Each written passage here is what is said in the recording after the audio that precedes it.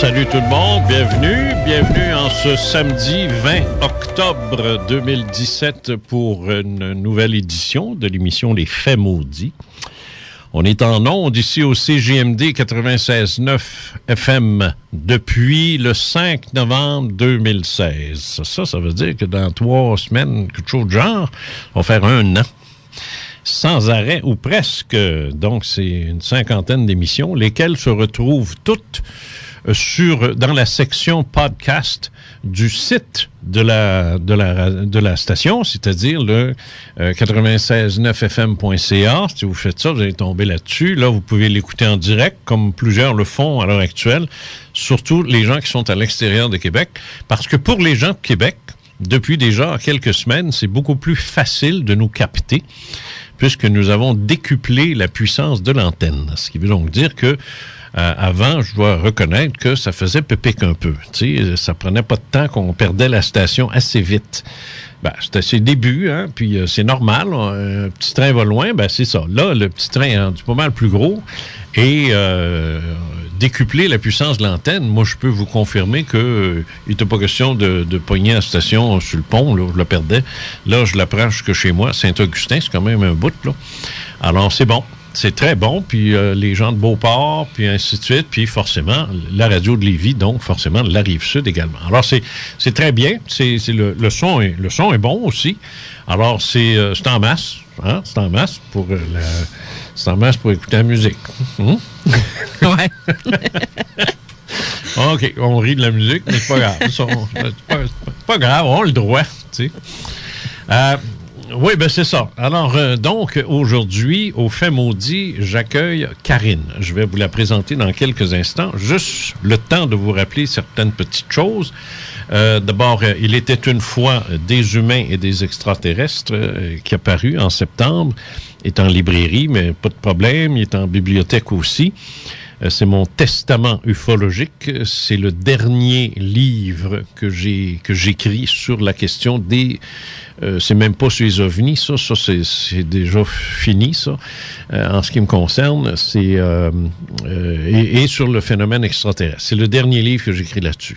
Je ne fais plus aucune enquête sur le terrain. Je réponds à peine aux courriels qui concernent les ovnis, tout ça. C'est une page de ma vie que je tourne après 50 ans.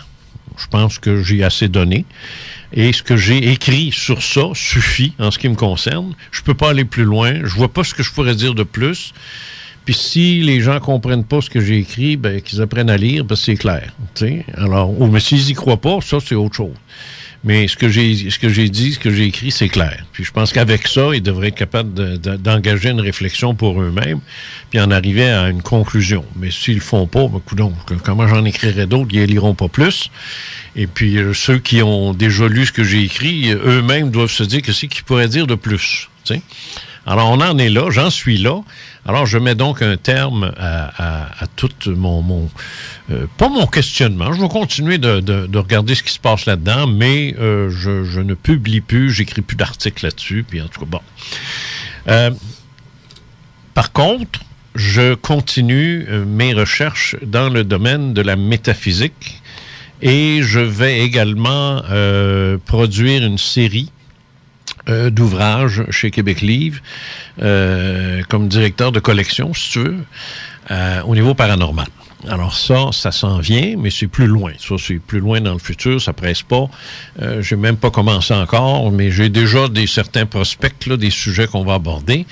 Mais ça va se faire, c'est probablement en 2018-2019.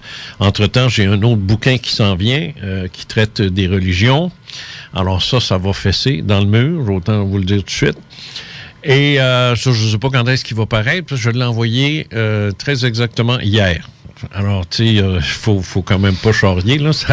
Puis j'en ai un sur le marché, fait que quand on va se calmer le pompon. Mais ça sent bien, par exemple. Ça prendra pas 20 ans, là. Alors, c'est à la production des éditions Québec Livre. Ensuite de ça, qu'est-ce qui se passe dans ma vie? Qu'est-ce qui se passe? C'est pas mal ça. C'est pas mal tranquille de ce côté-là. Puis c'est en masse parce que là, j'ai toutes ces émissions-là à continuer aussi, les Faits maudits, avec des invités. Et comme vous le savez, en tout cas, moi, je vous dirais, là, à part quelques exceptions que j'aurais jamais le déplaisir de nommer, ce serait vraiment pas fin de ma part, là. Mais à part quelques rares exceptions, moi, je vous dirais que c'est des invités de très haute qualité que j'ai eu jusqu'à date, là. Honnêtement, là, ça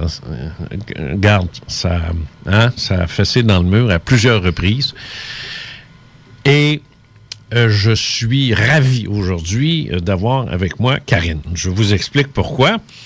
Karine est une femme qui souffre d'une maladie bien connue, on la connaît bien, qui est la bipolarité, qu'on appelait autrefois les maniaco-dépressifs. Et dans son courriel, un courriel, je dirais, émotionnel, pas émotif, émotionnel, elle me disait... J'aimerais comprendre si ce que j'ai vécu, c'est vrai ou si c'est ma maladie. C'est à peu près ça, je pense, qu'elle essayait de me dire. Et j'ai donc trouvé ça intéressant. Parce que au cours de ma carrière d'ufologue, et même au niveau de la parapsychologie et de la métaphysique, j'ai eu à composer avec des témoins, puis plus d'une fois, des témoins que... Bien honnêtement, je me suis rendu compte qu'ils souffraient d'un problème psychologique très clair, très évident, et que je devais m'éloigner de ces gens-là, malheureusement, parce que publier leurs histoires ne m'aurait pas paru crédible. Et quand j'ai vu ça très tôt dans mes recherches, dans les années 60, là, j'ai commencé à me coller sur certains psychiatres, des psychanalystes, puis ainsi de suite, que j'allais voir régulièrement, pas pour me faire soigner, mais parce que j'avais besoin d'expertise. Et là, moi, je vous avoue que ça m'a aidé, ça n'a aucun maudit bon sens. Puis il y en a un dans ça qui n'est pas n'importe qui, c'est John Mack, qui vient de publier en français Passeport pour le cosmos, qui est un des plus grands spécialistes des enlèvements que je connaisse, et qui est décédé en 2004. Ils ont roulé dessus avec un char. Et ça, c'est une perte, une grosse perte. Puis moi, j'ai perdu un ami dans ça, là, parce on avait commencé une correspondance assez abondante puis assez riche. Puis il m'a même dirigé vers un psychiatre d'Ottawa pour que je puisse... continuer mon questionnement avec lui, puis lui, il m'a aidé en maudit à perfectionner ma technique d'hypnose, puis et à m'aider aussi à reconnaître les gens qui ont des problèmes psychologiques assez heavy pour faire en sorte que ça puisse nuire à mon travail, donc être capable de les détecter. Alors, ils m'ont donné, comme on dit, des trucs, entre guillemets, et que j'ai appliqués tout au cours de ma carrière. Alors, là, quand Karine m'a parlé de ça, je me suis dit, oui, maudit, oui, je veux qu'elle vienne me parler d'elle. Alors, elle est assise drette devant moi. Bonjour, Karine. Bonjour. Excusez ma voix de restant de bronchite. Ah, OK. Je vais essayer de... OK. Karine, t'es née où? Moi, je suis née à Farnham, en Montérégie. OK. Tu vis où? Là, présentement, je vis dans le centre-ville de Québec. OK. Oui. Tu es dans l'âge, à peu près? Moi, j'ai 40 ans. 40 ans. Oui. Bon, OK. Mariée? Non. Pas d'enfant? Non. OK. Qu'est-ce qui t'amène ici, Karine, sinon ton courriel? Mais comme j'ai toujours dit, et je le répète encore, moi, je préfère être surpris en ondes qu'être surpris en dehors des ondes, parce que ça donne rien d'être surpris en dehors des ondes. Alors, je ne sais pas grand-chose. Tout à l'heure, on en a parlé, ça, je le reconnais, on a parlé un peu de ta maladie, qui est la bipolarité, bipolaire. Et je t'ai dit que j'ai des amis qui en ont souffert, et j'en ai encore qui en souffrent. Ils sont tous sous médication à base de lithium. J'imagine que c'est ton cas. Oui. OK. Et, tu dis que quoi? Est-ce que tu peux te rapprocher du micro, s'il te plaît? Ah, OK, ouais, c'est ça. Il faut que tu te fasses envahir un petit peu plus par le micro, hein, c'est ça. Faut que tu parles direct dedans. Fais comme si c'était un cornet de crème glace. Oui, OK. Fait que c'est ça. Alors, donc, ces gens-là sont sous médication et ça va bien. T'sais. Ça se place, cette affaire-là. T'sais. Mais on dirait qu'il faut que... mais c'est quand ils découvrent qu'ils sont... bipolaire, que là, c'est pas drôle.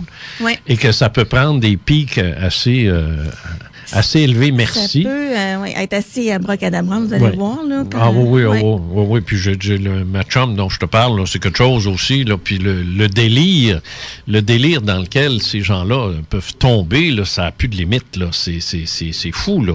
Et ils sont obligés à ce moment-là. Mais là, après ça, c'est long. C'est de trouver le bon dosage de médication. Puis, des fois, c'est trop fort, des fois, c'est pas assez. Puis des fois, ça peut prendre 1 an ou 2 à se placer. Bref. Je ne sais pas quel est ton cas, où tu en es, mais je sais que tu es ici pour nous en parler. Alors, je vais me fermer la trappe, puis je vais te laisser aller.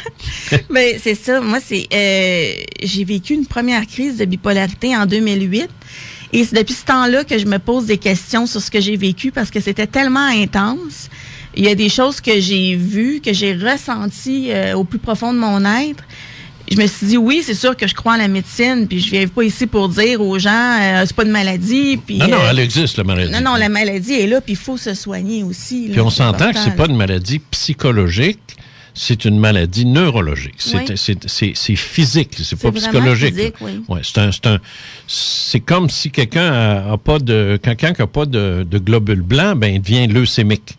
C'est ça. Puis quelqu'un qui manque du lithium dans son système, ben il devient bipolaire. C'est aussi simple que ça. Bon. Mais des fois, c'est toujours mieux vu d'avoir, encore aujourd'hui en 2017, d'avoir une maladie physique plutôt qu'une maladie dite psychologique. Hein? Parce que si tu t'absentes pour une bipolarité, on dirait que c'est moins bien perçu que s'absenter pour, je sais pas moi, un cancer ou quelque chose comme ça. Mais je trouve qu'il y a encore, c'est de mieux en mieux, là, mais il y a encore certaines petites... C'est ça, exactement. Ouais. Mais il y a aussi le fait que la raison pour laquelle les gens sont méfiants, Karine, c'est parce que les gens qui ont un cancer ou les gens qui ont des maladies de cœur ou des choses du genre ou un handicap physique, en général, ça affecte pas leur comportement social. C'est ça. Alors que les gens qui sont atteints de schizophrénie, de psychose ou de bipolarité, ça affecte leur comportement social. Et là, les gens ont peur. Ils ont peur de ça. T'sais. Mais ce que les gens oublient parfois, c'est qu'on peut se rétablir assez bien de certaines maladies. La schizophrénie, je pense, c'est un petit peu plus difficile. La médication est tough. C'est tough parce que c'est une scissure, une schizo, là, c'est ça. Là, c'est une séparation entre... comme il y a deux personnes d'une certaine façon. Là. C'est un peu comme si la bipolarité, c'était du courant continu, tandis que le schizo, c'est du courant alternatif. Là. Puis ça y va, puis c'est assez heavy. J'ai connu des schizophrènes. Là, des fois, ça fait peur. Des fois, pas tout le temps. Ouais. Mais ce qui me fait rire, moi, des fois, c'est que les gens, des fois, je le disais pas toujours d'emblée, là, que je suis bipolaire. Puis il y a des gens qui me parlaient, oh mon Dieu, moi, j'ai connu un bipolaire, puis là, c'est ci, c'est ça. Puis, ben, ils savaient pas que moi, je l'étais, mais sous médication. C'est pour ça qu'il faut faire attention de ce qu'on dit des fois. Pellado, le bonhomme, là, pas le politicien manqué, mais le bonhomme, là. Pellado père. Il était bipolaire, puis grave. Puis un producteur de spectacle aussi, dont le nom m'échappe. Oui, qui est porte-parole de Revive, Guy Latraverse. Guy Latraverse, qui l'est aussi, mais qui a lancé des artistes, puis enfin, qui a fait un succès. Mais qui est rétabli aujourd'hui. C'est parce que c'est la médication. Il s'agit de il s'agit de trouver la formule, et la personne doit se médicamenter, parce qu'il y en a qui arrêtent. Ils pensent que tout d'un coup, ils vont bien, je vais arrêter la médication, mais des fois, c'est la médication qui fait qu'ils vont bien. Est-ce que tu suis l'émission, as-tu suivi l'émission Homeland? Non, mais on m'a suggéré de l'écouter, je ne l'ai pas écouté encore. Ouais, Homeland, c'est l'histoire d'une espionne de la CIA qui occupe un poste là-bas, puis qui était un peu partout en Irak, en Afghanistan, puis partout, puis c'est son histoire. Elle est bipolaire. Mm-hmm. Puis je te dis que quand t'es bipolaire, l'air, là, c'est heavy, grave. Et l'actrice, elle est extraordinaire. Celle qui joue ça, là, c'est incroyable comment elle n'est pas soignée dans l'émission, j'imagine. Dans l'émission, non, c'est-à-dire qu'à un moment donné, ce qu'elle dit, écoute bien, tu vas me dire si ça résonne chez toi. Là, actuellement, où je suis rendu, là, c'est la 5e saison, là, où je suis rendu, elle est en train de dire à son chum, là, j'ai un problème à résoudre, j'y arrive pas. Fait que tu vas m'aider parce que dans les 2 prochaines semaines, je ne me médicamenterai pas. Oh, OK. Parce que c'est quand je suis high que je résous mes problèmes. Ouais. Quand je suis normal ou depressed, parce que, tu sais, il y a deux polarités, Ouais. elle dit, c'est fini, je vois plus rien, je suis plus bonne, je suis pas bonne. Elle dit, je suis à mon meilleur quand je suis high. Et c'est ce qui arrive, c'est ça qu'on la voit, mais elle est folle alliée, là.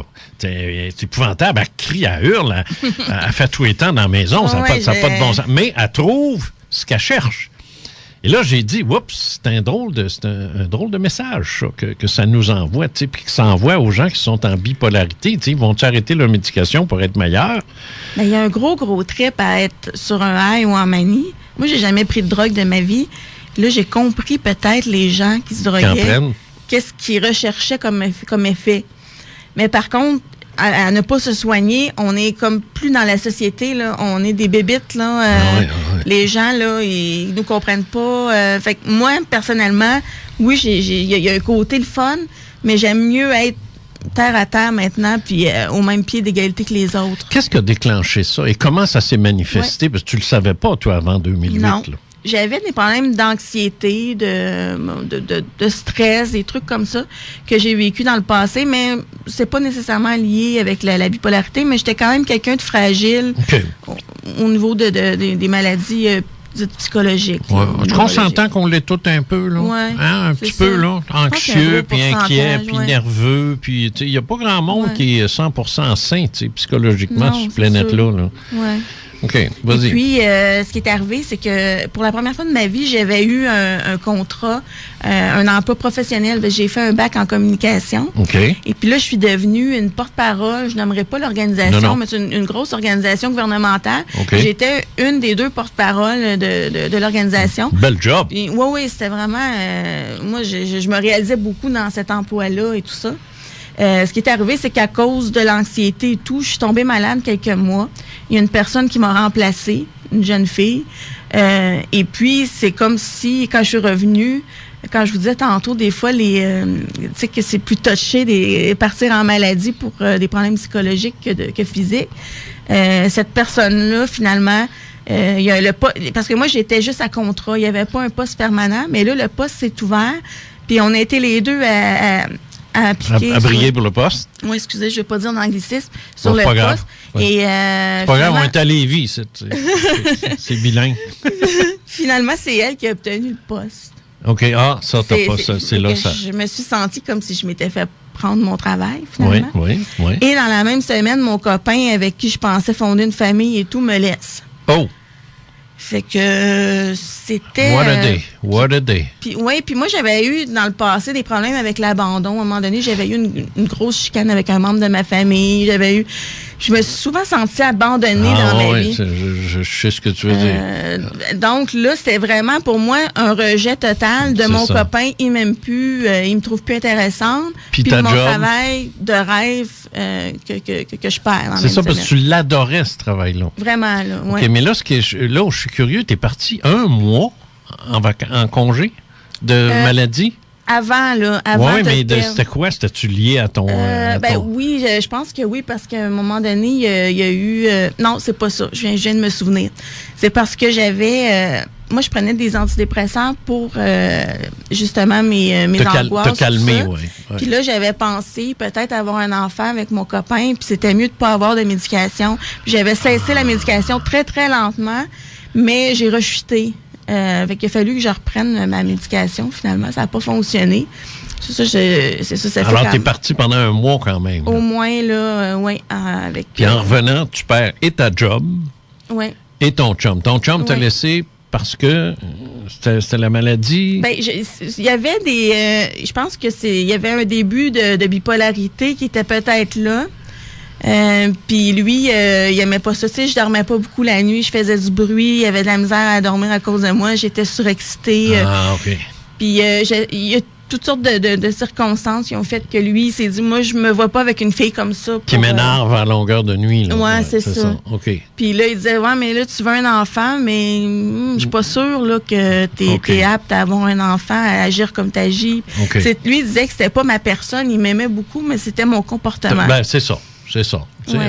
On peut aimer une personne, on peut ne pas aimer ce qu'elle fait. C'est ça, exactement. Ouais, c'est ça. OK. Parce qu'il y a eu de la peine, lui aussi, de me quitter, mais... Non, mais il a quand même fait le choix. Non, je comprends très bien la dynamique. Là, s'aimer puis vivre ensemble, c'est deux affaires. Là. C'est ça. Tu sais, c'est deux affaires. Là. Ouais. Bon, il y a du monde qui vivent ensemble qui ne s'aiment pas, puis il y a du monde qui s'aime puis ils vivent pas ensemble. Ouais. Alors ça, c'est... Ça a été dur parce qu'il disait, je pense que je vais te laisser. Finalement, il disait, je reviens avec toi, puis il me relaisse encore après. Ben ouais, c'est parce qu'il t'aimait ça. C'est ça. Il m'aimait, mais il savait plus comment. Oui, il t'a flushé, puis ça a été rough. Ouais. OK. Mais là, fait que là, je pleurais, puis je passais mes journées couchées, tout ça. Là, j'avais plus de travail, fait que j'avais juste ça à faire. Donc, plus de rêve non plus, là. Tu venais de briser ton rêve. Plus de rêve de famille, plus de rêve de carrière, tout ça. C'est ça. Mais à un moment donné, je me suis dit, mais je sais pas si c'est moi qui me suis dit ça ou si la maladie a parlé, mais je me suis dit, non, là, arrête de pleurer, puis arrête de déprimer. C'est le 400e de la ville de Québec. Ah oui, c'est vrai, moi. Puis c'est le spectacle de Paul McCartney le soir où je me dis ça. Fait que je me dis, non, moi, je m'en retrouverai un chum, puis je m'en retrouverai un emploi. Puis, non, je pense pas que c'est la maladie. Ça, je pense que t'es ça a dégénéré cette nuit-là, par exemple. Ah, ouais. OK. Je suis partie au spectacle de Paul McCartney, toute seule. OK. Et puis là, il y avait un gars qui chantait en avant de moi, puis je le trouvais cute. OK. Et puis, j'ai commencé à lui parler, tout ça. Mais j'étais comme dans j'étais pas moi-même, là. J'étais pas mal désinvolte. Et puis, à la fin du spectacle, j'ai demandé de venir chez moi. Puis, il était avec son ami de gars. Fait que les deux gars sont venus chez nous, que je connais pas du tout, là. Tu sais, je me suis mis en situation quand même de danger potentiel. Ça. Non, c'était pas moi. C'est pas toi, ça. T'es pas comme ça. Non. OK. Heureusement, il s'est rien passé de grave, là. Son ami, il a dormi dans le salon, puis moi, j'ai jasé toute la nuit avec celui que je trouvais cute dans ma chambre. Bon, il s'est rien passé. Tu aurais pu tomber sur deux... Oui, effectivement. Ça fait partie de la maladie, l'insouciance. OK. Les responsabilités. Il y a du monde moi, j'en ai connu un. Il est parti à New York, il a dépensé 4000 $ en 3 jours, puis il est revenu ruiné, là. Oui, c'est ça. Fait que ce gars-là, je pense qu'il était pas très sain psychologiquement lui-même. Oh. Il était spécial, vraiment. Puis je l'ai suivi à Montréal. Moi, j'avais rien à faire. J'ai dit, bon, ben... t'as créé un lien avec lui. Oui, c'est ça. Fait que lui, il travaillait à Montréal. Fait que j'ai embarqué en autobus. Je suis allée une semaine chez lui, puis il m'a dit toutes sortes d'affaires bizarres. Il m'a mis toutes sortes de choses en tête. À un moment donné, il m'a dit que... Parce que lui, il avait connu beaucoup de filles qui s'étaient fait violer, tout ça. Là, il pensait que moi, j'étais peut-être une fille qui avait été agressée, mais qui s'en souvenait plus. Mais avais-tu des rapports sexuels avec lui? Oui. OK. Oui. OK. Puis là, c'était rendu mon chum, là, puis là, je me voyais, là, moi, j'étais partie, là. Voyons, je venais de le rencontrer, là, puis là, on avait déjà des projets. Puis je me demande s'il n'était pas lui-même, j'ai pas rencontré quasiment mon miroir, là, si on peut dire. C'est possible. Il en était même épeurant. À un moment donné, il a trouvé le numéro de mes parents, puis il a dit, venez la chercher parce que je vais la sacrer en bas des escaliers, tu sais. Il était temps que tu décolles, là. Oui. Oui. Vraiment. Mais toi, étais-tu épeurante? J'étais épeurante, moi aussi. Tu l'étais aussi, hein? Oui, pas violemment, là. Non, mais les femmes, c'est autre chose, là. Ouais. Mais tu pouvais être épeurante. Oui, parce que là, j'étais vraiment en manie, là. C'est ça. Non, mais une femme maniaco... Ben, moi, j'ai l'ancienne terminologie, moi. Maniaco-dépressive, mais une femme en phase maniaque, c'est voyable, là. Ça peut être aussi épeurant qu'un homme, là. Oui, c'était quelque chose. Oui, c'est... OK. Alors, là, donc... moi, j'étais partie. Là, on était pour s'acheter un triplex. Puis, non, ça n'avait pas de sens. Je venais de le rencontrer, tu sais. Non, puis t'as pas une scène. En plus, tu sais. Bon, OK. J'ai pas de travail. Mais là, tu sais pas encore, toi, que c'est une maladie, non. ça. Moi, tu sais, j'étais comme contente d'avoir de l'énergie puis d'être bien. Mais là, c'était un début, là. Ça s'est empiré, vous allez voir, avec mon histoire. Je te suis. Ouais, c'est ça. Mais sur le coup, je me suis pas posé de questions. Je me suis comme dit, j'ai rebondi. Je viens de rencontrer un nouveau chum. J'étais comme dans l'action, là. Non, mais c'était le fun. Disons qu'à ce moment-là, c'était le fun. C'était le fun parce que là, je pleurais plus mon ex. C'est ça. Je pleurais plus mon travail que j'avais perdu. C'est un peu comme... En fait, la façon dont tu me parles, c'est un peu comme quelqu'un qui est sur l'héroïne. Oui, c'est ça. Tu sais, c'est une drogue, ça, l'héroïne, tu sais, puis c'est une drogue d'insouciance, la coke aussi. Ouais. Tu sais, surtout la coke. Je devrais plus dire la coke, parce que la cocaïne, ça a cet effet-là où tout est beau, il n'y a plus de problème, c'est extraordinaire, la vie est magnifique. Ouais. Mais une fois que le buzz est fini, ben là, tu tombes dans une dépresse encore plus profonde que où tu étais, d'où le problème de la drogue, parce que là, t'en reprends puis ça finit plus. Mais toi, c'était comme si tu étais sur un high de coke. Ben oui, puis en plus, je rencontre quelqu'un qui, ma foi, m'a l'air d'être en manie lui aussi. Fait que là, on se pompait, comme on peut dire, ensemble. Là, moi, je faisais... Excuse-moi, le ment de fou, on s'amuse. Ben, c'est ça, tu sais. Puis moi, je faisais des bijoux. Puis fait que là, j'ai dit, je peux me partir de ma petite compagnie de bijoux, Ben oui. Puis là, lui... On va devenir riche, on va s'acheter un triplex. Ben oui, mais lui, il me disait qu'il y avait 50 000 de côté. Ben oui, j'imagine, oui. Tu sais, fait que c'était... C'est ça qui a pris l'autobus pour s'en venir. Oui, c'est ça. Ben non, mais il disait que c'était pour ça qu'il y avait de l'argent, parce qu'il économisait ça. Oui, ça donne quoi de n'avoir dans ce temps? C'est ça. On sait pas trop ce qui est vrai, ce qui est pas vrai de son histoire. Oui. Mais toujours est-il que c'est ça. Moi, c'est ça, j'étais pour partir de ma compagnie, puis lui, il viendrait se trouver un emploi à Québec dans son domaine, puis tout était arrangé, tout allait pour le mieux, puis ma vie était repartie, moi, là, comme si de rien n'était. En 2 semaines à peu près, là, tout était remis sur les rails, puis... Mais c'est pas ça qui est arrivé. Non, c'est pas ça qui est arrivé. On fait une pause? On va faire une pause, puis après ça, on va savoir le crunchy s'en vient. OK, après la pause, le crunchy. Oubliez les bouches pincées et les pseudo-connaisseurs. Le show du Grand Nick, les technopreneurs, politiques corrects, de l'information à l'état pur. CJMD 96.9. Vous avez des travaux de béton à exécuter. Vous voulez bénéficier de la meilleure expertise de coffrage de la région. Fondation BHB, entrepreneur général en coffrage, œuvrant dans tous les secteurs d'activité, résidentiel comme commercial. C'est eux qu'il faut contacter. Leur équipe est qualifiée et expérimentée. Ils prendront les choses en main pour vous au meilleur prix possible. Ils sont spécialisés dans les murs de coffrage Duraform. Contacts et informations sur leur site internet www.fondationbhb.com ou composez le 88 872 7936.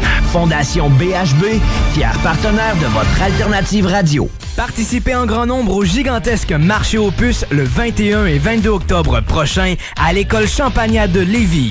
Sur place, plus de 100 vendeurs différents par jour, un encan et un casse-croûte à très bas prix.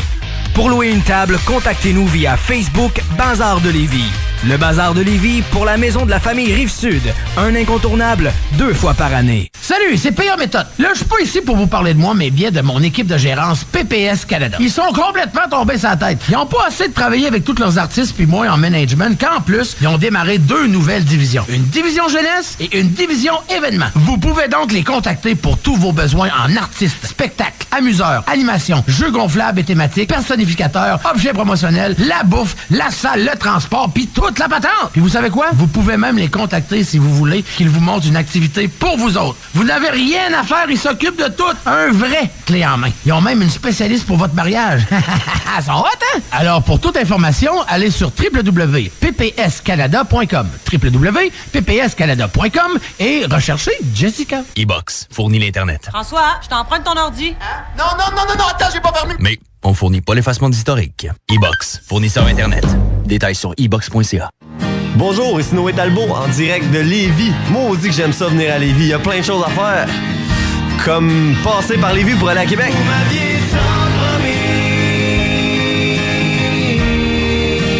Vous écoutez mon dernier extrait de Matane. J'ai failli l'appeler Québec-Lévis, mais là, je me suis dit que le monde de Montmagny serait jaloux.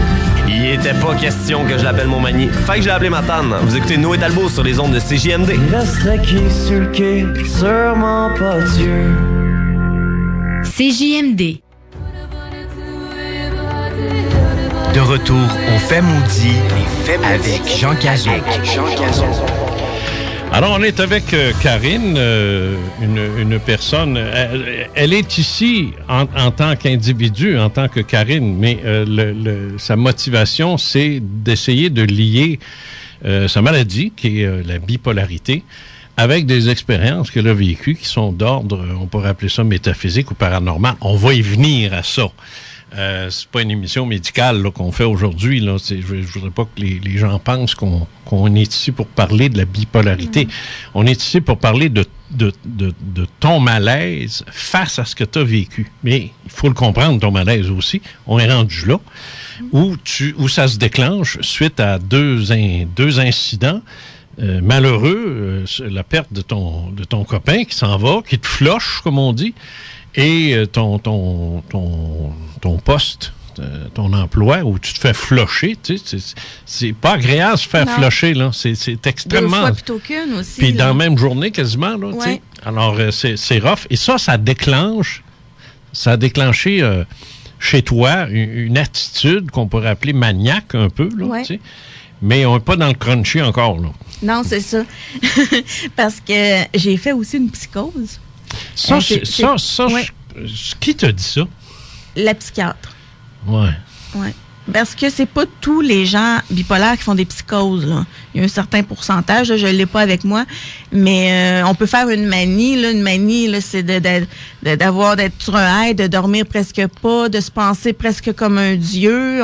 On est tout puissant, on a des projets à n'en plus finir. C'est ça. Ça, c'est vraiment la manie. Bon, j'en psychose, connais qui sont en politique, moi, là-dedans. Oui, c'est ça. C'est-tu qu'il doit peut-être plus qu'on pense? Oui.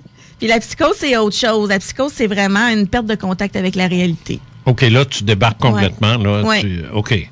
C'est ça. Mais toi, avant de me parler de la psychiatre, qu'est-ce qui t'a amené là? Continue ton histoire. Ouais, c'est ça. Alors, tu étais avec ton chum. J'étais pas encore en psychose. J'étais dans ma manie, disons, là, qui commençait, mais qui commençait à être pas mal... T'es à Montréal, puis lui, il veut te sacrer en bas de l'escalier, puis il avertit tes parents. Bon. C'est ça. Fait que... T'as fait, es-tu resté? Es-tu parti? Non, je suis partie. Bon. Après une semaine, je suis partie. Je suis allée prendre l'autobus à Berry-UQAM pour m'en revenir à Québec. Et là, c'est là que mon cerveau, on dirait qu'il a fait pouf! C'était assez spécial, merci. Je vous raconte. Bon, là, je regarde les heures d'autobus. Il était très tard le soir.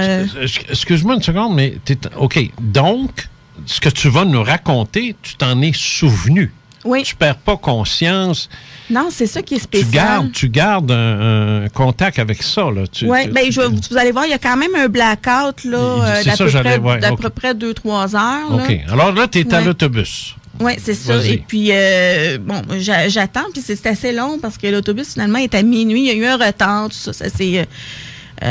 Ils ont annoncé que l'autobus serait à minuit, fait que j'attends.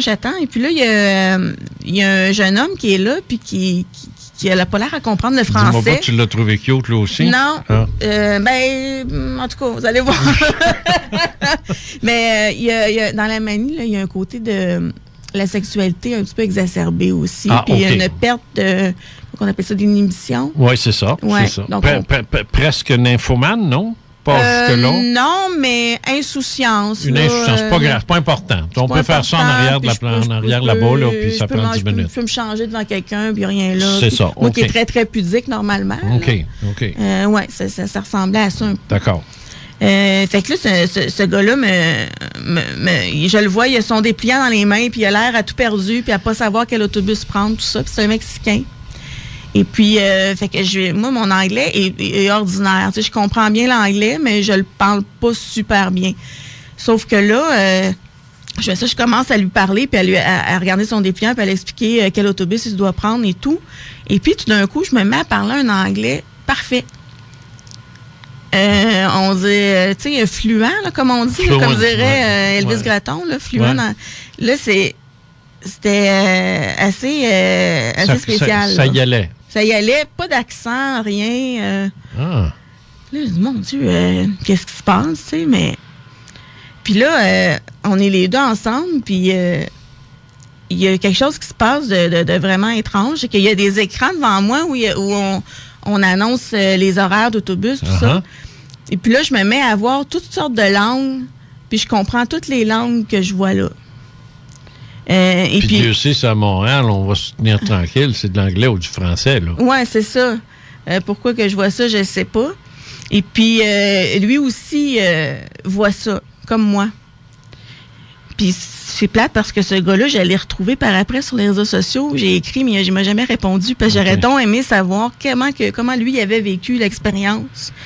Mais je l'ai jamais su. Mais lui a peut-être dit qu'il les voyait parce qu'il n'avait pas envie de s'ostiner avec toi, là. Peut-être, ou j'étais comme dans une psychose, là, dans peut-être épeurante, là. Aussi. Mais je sais qu'on s'est comme tapé dans les mains puis on a dit « God existe »,« Dieu existe ».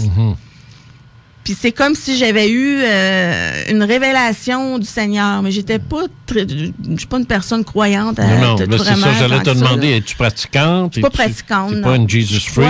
Je crois en une puissance supérieure, mais je suis pas... Mais t'es pas une fille de Jésus? Non, là, je lis pas la Bible, puis je sais pas... Je suis pas très, très axée là-dessus, disons. D'accord. Mais c'est quelque chose qui m'est apparu beaucoup dans la psychose, ça, le Dieu, Jésus. OK. Comme un espèce de délire mystique. Oui, c'est ça. OK. Mais, c'est fréquent, ça. Oui. Mais moi, comment je l'ai analysé, vous me direz ce que vous en pensez, c'est que comme j'avais perdu deux gros morceaux dans ma vie, c'est comme si je voulais me rassurer puis me dire il existe quelque chose, ma vie va continuer de bien aller.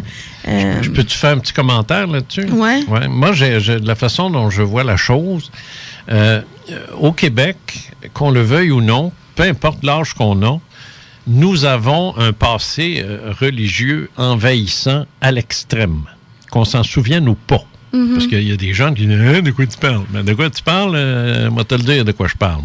Moi je te parle d'une religion intrusive qui était dans nos vies à 100%. Et ça s'est transmis, ça, de génération en génération, en ce sens que nous avons une culture judéo-chrétienne très, très forte. Même si les gens disent « Ah, je crois pas à ça », je m'en fous de ce qu'ils disent, c'est là pareil, tu sais. Ouais. Moi, j'aime pas Félix Leclerc, OK? Le chanteur, je l'aime pas, moi. Tu sais, j'aime pas ça, ces chanteurs-là. Mais je connais le titre du trois quarts de ces chansons pareilles. OK, je comprends. Comprends-tu? Le petit bonheur, puis le train du Nord, puis pieds nus dans l'eau, puis toutes ces affaires-là. Je le sais, ça. Ça fait partie de notre culture. Ça fait partie de ma culture. Ouais. Je sais c'est qui, je sais qu'est-ce qu'il y a de l'air avec sa guitare, puis soyons pauvres, mais heureux. Tu sais, bon. Alors, je connais tout ça. Mais je l'ai jamais écouté, je l'aime pas. La religion, c'est pareil. C'est encore bien plus fort que lui, là. Mais c'est pareil. C'est là, ça. Et je pense que quand on est dans un état de détresse, je pense que ce fond-là, il revient à la surface parce que il est tellement puissant. C'est un peu comme quand les soldats mouraient, là, ça m'a été raconté par des vétérans, ça, quand ils mouraient sur le champ de bataille, des toughs, là, tu sais, des gars réellement des toughs, là, ils pleuraient pour leur mère. Tu sais, c'était maman, tu sais, ils pleuraient pas pour leur femme ou leurs enfants ou ils appelaient après le lieutenant ou le sergent. Non, c'était maman. Tu sais, ils voulaient leur maman. Tu comprends-tu? Quand, dans un état de désespoir absolu, on cherche à rétablir notre zone de confort. On cherche à se faire rassurer. Alors, c'est soit parental ou c'est soit religieux. Tu sais, on ne commencera pas à énumérer la table des éléments de Mendeleïev, là. Tu sais, tu t'en sacres bien, ça. Tu as vu ça à l'école une fois, puis c'est fini, tu sais. Mais la religion a toujours été là. Le petit Jésus. Oui. Tu sais, le petit Jésus. Ben oui, moi, j'ai eu des cours de catéchèse. Je suis née en 77. Oui. C'est ça. On allait à l'église à tous les dimanches avec mes parents. C'est ça. Fait que le petit Jésus, puis la Sainte Vierge. Fais pas ça, tu vas faire de la peine au petit Jésus. C'est ça, puis il est donc fin, le petit Jésus, tout ça. Alors, toi, dans un délire, je pense que le premier... Tu te mettras pas à penser aux soucoupes volantes, là.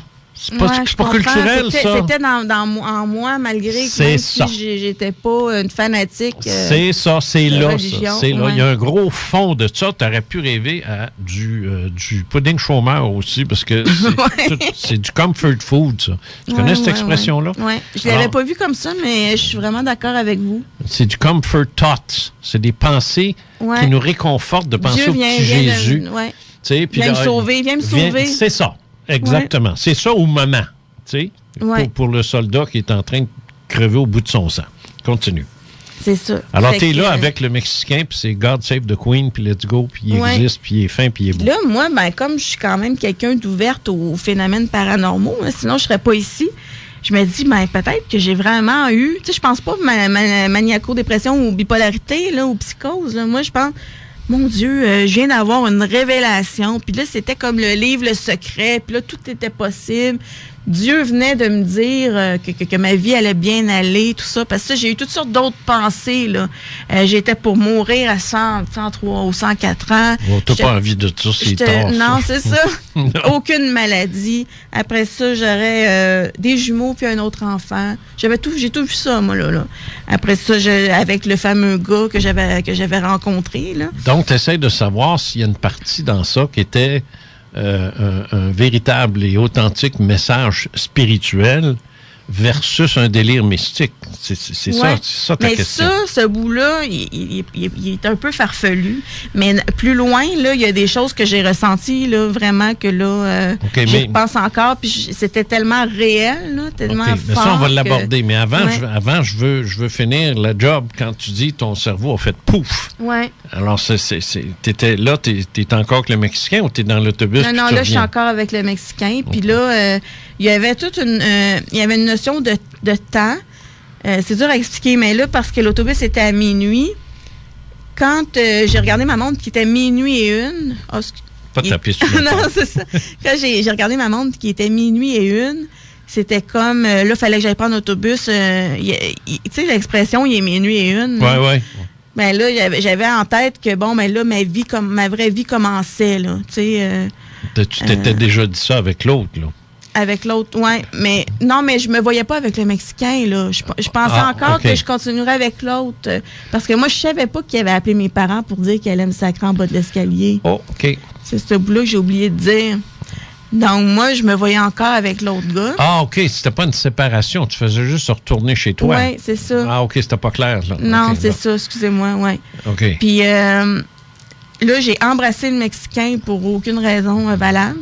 Puis là, j'ai dit non, c'est pas toi l'homme de ma vie, c'est l'autre. Et puis là, je suis partie en trombe aller prendre l'autobus. Puis là, je m'assois sur mon banc. Lui a dû dire, je reviens plus jamais au Canada. Ouais, c'est ça. Hein? Quand j'ai écrit, je pense que c'est peut-être pas pour rien qu'il m'a pas répondu. Là. Non, je le blâme pas. Je le blâme pas. Mais j'aurais donc été curieuse de savoir c'est sûr. Comment il avait vécu ça. Il est peut-être retourné chez eux, là. Oui, c'est ça. Mais ce que j'ai oublié de dire, il y a une autre chose que j'ai vue aussi, c'est que quand j'étais assise à côté du Mexicain, j'ai vu les gens qui étaient là, qui attendaient l'autobus, plonger dans leurs livres, ils étaient comme immobiles, puis ça voulait dire qu'il y avait leur chemin de vie à faire, puis que je pouvais pas interférer là-dedans. Effectivement. Que chacun avait son... Ça, c'est des choses que je me demande s'il y a quelque chose de vrai dans ça. Ben c'est quand c'est parce que la maniaco-dépression, c'est un déséquilibre. Ouais. Il y a un manque dans le cerveau. On parle du cerveau, on parle pas de la pensée humaine. On parle pas de quelqu'un qui est dérangé psychologiquement. Tu n'as pas subi des traumatismes à l'enfance qui font de toi un psychopathe là, ou un tueur en série. Là. Bon. C'est physique l'affaire. Alors, c'est sûr que ça peut avoir une incidence sur la rapidité du cerveau de circuler. Là. Tu sais, la vitesse avec laquelle ça peut aller.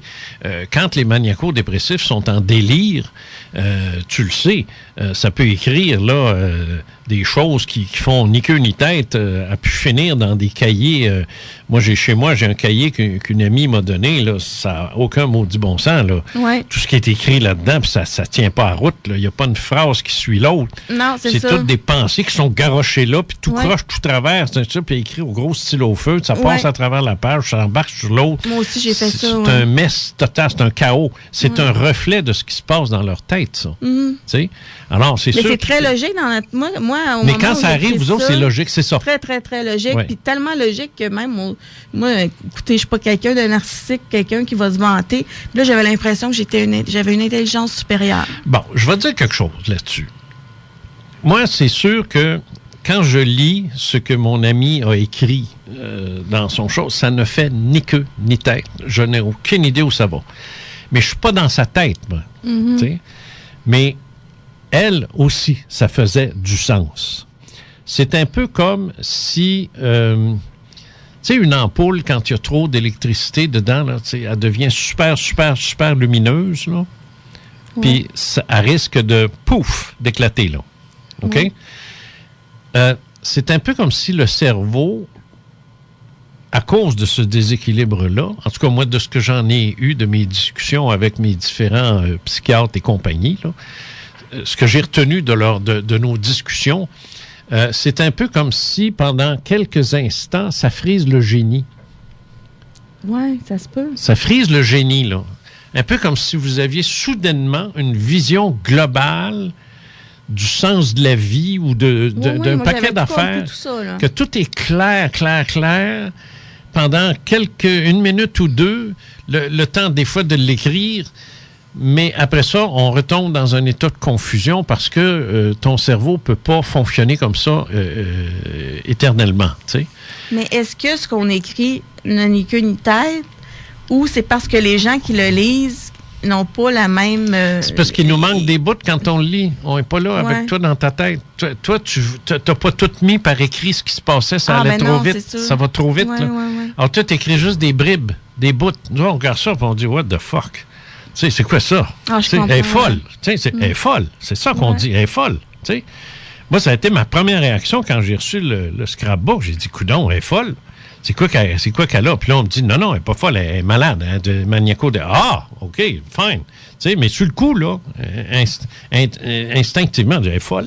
Ouais. Mais en réalité, moi, je soupçonne, mais moi, je suis pas médecin, je suis pas malade. Puis en passant, là, je veux dire, juste au cas où quelqu'un se pose la question, moi, jamais je te dirais d'arrêter ta médication, là. Non. Jamais de la vie, là. T'sais, d'abord, parce que ce serait une infraction de ma part de dire ça.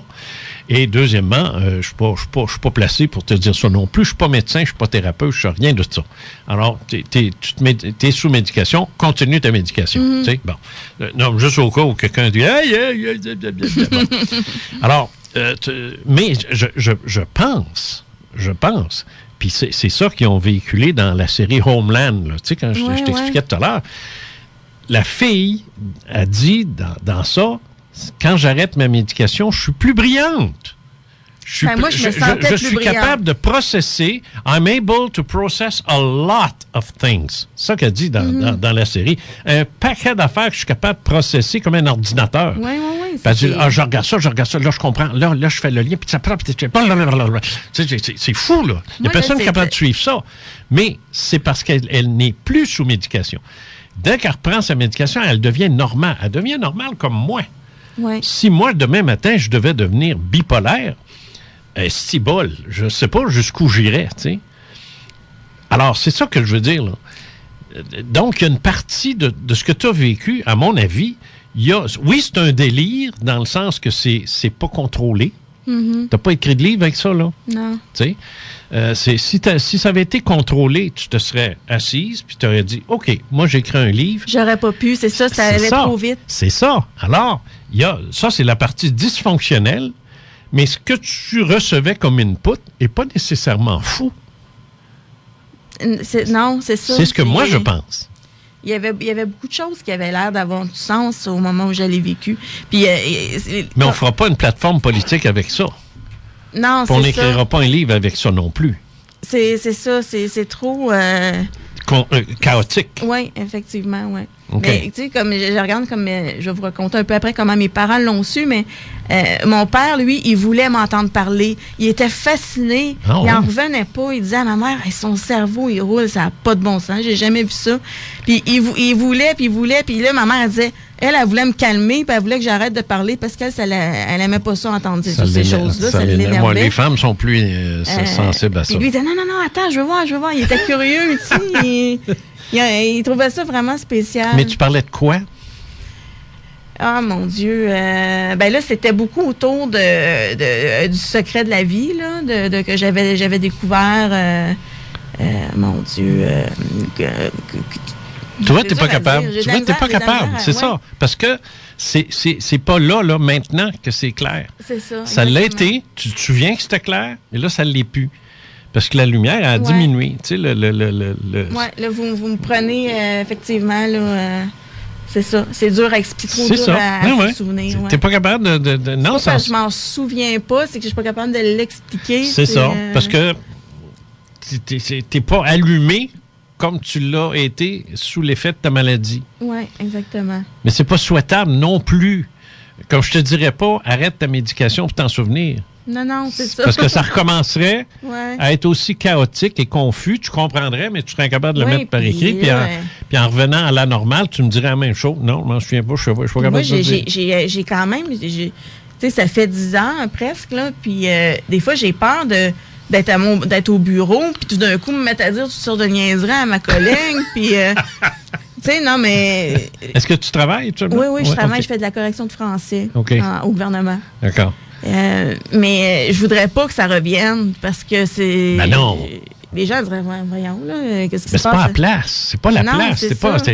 si tu étais engagé par un prof de philosophie, whatever, puis qui veut étudier ta pensée, ben là, je dis pas, mais c'est pas ça. Tu corriges des fautes, toi. C'est bas, le gouvernement. Hein, c'est pas à la place, là, pour commencer à délirer sur whatever. Hein? C'est sûr. Ouais, c'est... Tu es d'accord? Oui, effectivement. Okay. Si j'étais dans le milieu artistique, ça passerait peut-être mieux. Ben oui, tu ferais comme ben des chanteuses. Tu sais, tu irais à la voix, puis... c'est ça. Mais c'est ça, c'est qu'en plus d'avoir plein d'idées, c'est qu'on n'a pas besoin de beaucoup de sommeil. Ça aide en tabarouette, parce que moi, je suis une grosse dormeuse. Et là, quand tu dors des 2-3 heures par nuit, t'en as du temps pour faire des projets. C'est pas bon, ça, parce que t'as besoin de sommeil. Parce que le cerveau, s'il se brûle à cette vitesse-là, il a besoin de récupérer aussi, là. Oui. OK.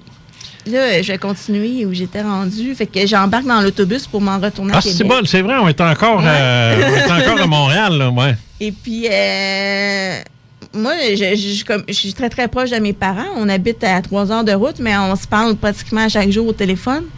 Mais là, moi, ça faisait une semaine que je leur avais pas donné de nouvelles. Fait qu'ils sont pas au courant. Ils ont pas su que j'étais rendue en manie. Tout ça, ça s'est passé tellement vite. Comme dirait ma psychiatre, ça a été, comment elle dit ça, fracassant, ou en tout cas, je me souviens plus du terme, mais c'est arrivé vraiment vite. Donc, là, moi, j'ai toutes sortes de visions. Puis là, Dieu est venu me dire que ma vie va bien aller. Puis mon père, il fait toujours la joke que lui, il est bon pour vivre jusqu'à 120 ans. Mm-hmm. Puis là, je vois que mon père va vivre jusqu'à 120 ans. Fait qu'il faut que je l'appelle pour lui dire, tu sais. Puis là, je l'appelle à minuit, là. Hein? J'ai jamais appelé mes parents à minuit. Là, il me répond tout endormi. Je dis, hey, papa, tu vas vivre jusqu'à 120 ans, là, je le sais, là, Dieu me l'a dit, puis tout ça. Puis là, il fait comme, oh boy, qu'est-ce que c'est ça, là? Oh boy. Là, il comprend plus rien. Puis là, je manque de batterie de mon cellulaire, lâche, cloque de mort. Ah, il y a donc Dieu aimé ça. Fait que là, ils m'ont cherché toute la nuit, Ben oui. ils ont appelé la police, ils ont essayé de localiser mon cellulaire, mais c'était flou, là, tu sais, ils savaient à peu près où j'étais, mais ils savaient pas exactement où j'étais. Puis toi, ça continue dans l'autobus, là. Oui. Puis là, je me mets à voir les gens qui se lèvent. T'hallucinais pas, par exemple? Là, j'ai commencé à halluciner, là, ah solide, oui. Là, ben là, la psychose s'installe. Là, oui. Ouais. Je vois les gens qui se lèvent dans l'autobus, qui dansent, tout ça. Puis là, je crie. Dans ce temps-là, j'ai un surplus de poids parce que malheureusement, avec la médication, j'ai un petit peu mangé mes émotions. La médication ne fait pas engraisser, mais ouvre beaucoup l'appétit. Donc, quand tu te sors d'une grosse crise comme ça, ben, en tout cas, je me suis un peu garochée dans la nourriture, disons. Mais à ce moment-là, j'étais mince. Et puis, je me lève, puis je crie, je t'écœurée d'être grosse. Puis là, je te lâche un sacre. Mais t'étais pas grosse. J'étais pas grosse pantoute. C'est quasiment vous avez une anorexie, là. Non, les anorexiques mais disent j'ai ça. pas eu une prémonition, là, parce que c'est par la suite que j'allais le devenir. Et puis, mais ça se tient pas, là. Puis là... Mais tu voyais du monde danser dans l'autobus. Ouais. C'est clair qu'il y a personne qui dansait dans l'autobus. Non. Mais c'est comme si je savais que ça se pouvait pas qu'ils dansent dans l'autobus. Puis là, je voyais ça. Après ça, d'un coup, je les voyais tous assis. J'étais comme bien normal dans mon siège. Là, je voyais d'autres choses. Fait que là, le monsieur, le chauffeur me dit, « Madame, vous sortez. » Oui, mais c'est maudit, ça a 20, ça? Non, on n'était pas partis encore. Ah, OK. Ouais. Puis là, il me fait sortir de force, mais je me suis dit, il n'était pas très bien formé parce que il devait penser que j'étais droguée ou je sais pas trop, mais c'est l'ambulance qu'il aurait fallu qu'il appelle. Il avait raison de penser que tu étais droguée parce que c'est le premier réflexe qu'on a. Ouais, on va dire, elle est sur l'acide, là, elle, là. Mais il m'a laissé à moi-même. Ouais, non, puis là, j'avais mon sac de linge qui est resté dans l'autobus. Fait que je sors, je suis toute seule, je suis en pleine psychose. Je suis dans le stationnement de Berry-UQAM. Puis là, j'hallucine. Non, lui, il s'est débarrassé du problème. Parce que, gars, il n'est pas médecin, là, puis il est chauffeur d'autobus. Là, ça s'arrête là. C'est ça, oui. Mais j'aurais pu me faire tuer, là. Oui. Parce que j'ai traversé la rue là, complètement en délire. Dans ma tête, je pensais que j'avais parcouru la ville de Montréal à pied. Mais en fait... T'étais juste au bord de la rue. J'étais juste au bord de la rue. Je me suis loué une chambre d'hôtel. Comment, je sais pas. J'avais ma carte de crédit. Je me souviens d'avoir signé le papier. Comme quoi que, je louais la chambre. Puis là, tout d'un coup, il s'est passé plein de choses cette nuit-là. À savoir? Là, j'ai vu mes vies antérieures. OK. Puis là, la question, est-ce que c'est vrai ou c'est pas vrai? Ou pas? Ouais. C'est ça. Là, j'avais été chanteuse, parce que moi, je chante, mais tu sais, j'aurais aimé ça avoir une voix, exemple, comme Céline Dion, tu sais. Okay. Tout le monde a vu, tout le monde veut cette voix-là. C'est ça. Puis là, je me suis vue chanter avec une voix d'ange là, du ciel. Là. J'avais jamais entendu une belle voix comme ça de ma vie. Là. C'était plus que Céline Dion. Là. C'était angélique. Là. C'était vraiment là, extraordinaire. Après ça, je me suis vue que j'aurais été prostituée. Je me voyais, je marchais, puis j'avais la petite jupe. Puis j'ai vu toutes sortes de métiers comme ça. Et toutes ces vies-là, tu étais une femme? Oui. Déjà là, en partant, ça marche pas, hein? Il y a quelque chose qui marche pas, là. Oui. Parce que c'est le réflexe naturel de reculer. Quand on parle de vie antérieure, on se voit toujours en gars quand on est un gars, et on se voit toujours en fille quand on est une fille. C'est pas de même que ça marche. Mais non, c'est vrai. Tu sais, c'est pas de même que ça marche. L'esprit est asexuel, là, lui. Là, s'il décide que vivre en femme, c'est ça qu'il a de besoin, Dieu sait, on se demande pourquoi. En tout cas, c'est une joke. Excusez, j'étais dans mes pensées. Non, mais c'est ça. Moi, j'ai eu des vies en tant que femme, puis des vies en tant qu'homme, là. Puis des vies en tant qu'autre chose qu'humain aussi, là. Mais c'est pas dans un délire, là, tu sais, que ça s'est fait, là. Alors que toi, c'est dans un délire. Alors là, c'est là, ça devient compliqué. Oui, je te confirme, c'est compliqué. C'est compliqué de déterminer la valeur de l'information. Ouais. Qu'est-ce qui est vrai, qu'est-ce qui ne l'est pas. C'est embêtant parce que... Il y a mes rêves actuels là, de Karine de cette année-là qui était présent de la chanson. Il y a eu le cinéma aussi parce qu'il y avait des pancartes dehors. Il y avait comme un festival de cinéma. Puis là, je me disais, je vais écrire ma vie, puis je vais passer je vais aller à Cannes, tout ça. Ça va être, tu sais.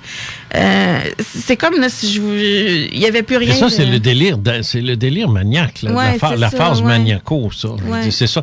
C'est très difficile. Moi, Howard Schachter, qui était un psychiatre d'Ottawa, que j'allais voir, moi, une fois semaine, pour discuter avec lui des cas et des dossiers, parce il le disait pas, mais il était ufologue, puis il recevait des gens chez lui qui traitaient gratuitement pour les enlèvements extraterrestres, ces affaires-là. C'est bon.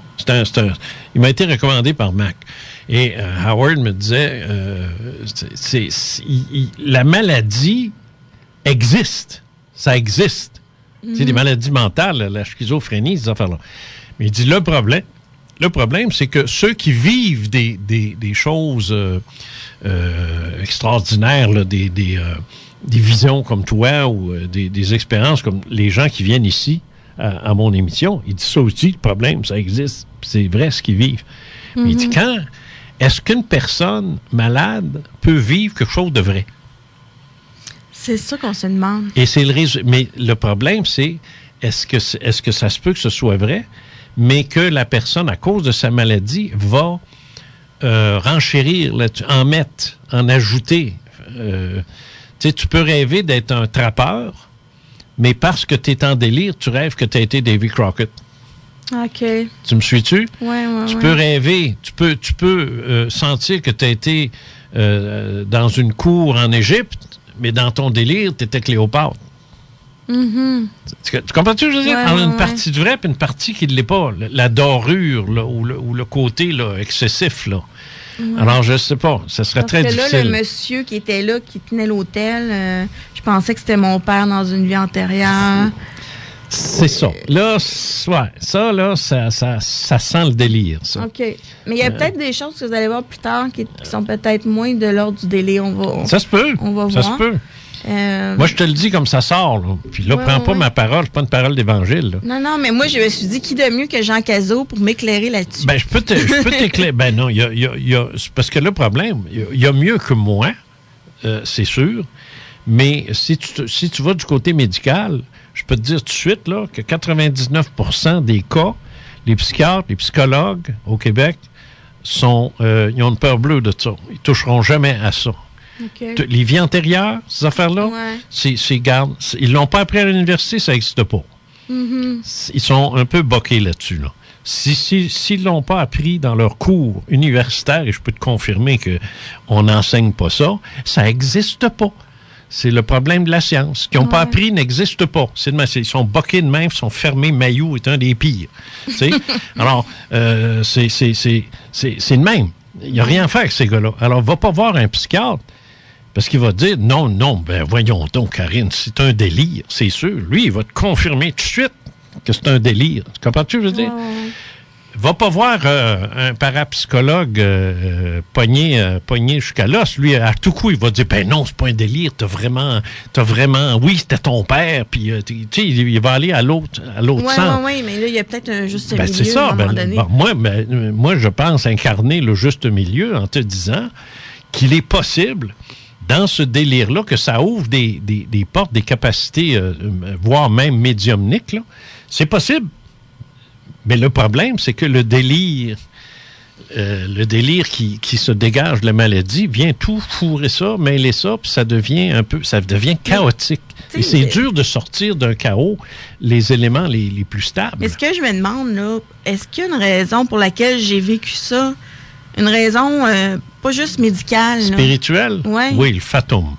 Ah. Fatum. Ce qui veut dire? Après la pause. OK. Mon énergie, c'est 96.9 Lévis. L'alternative radio.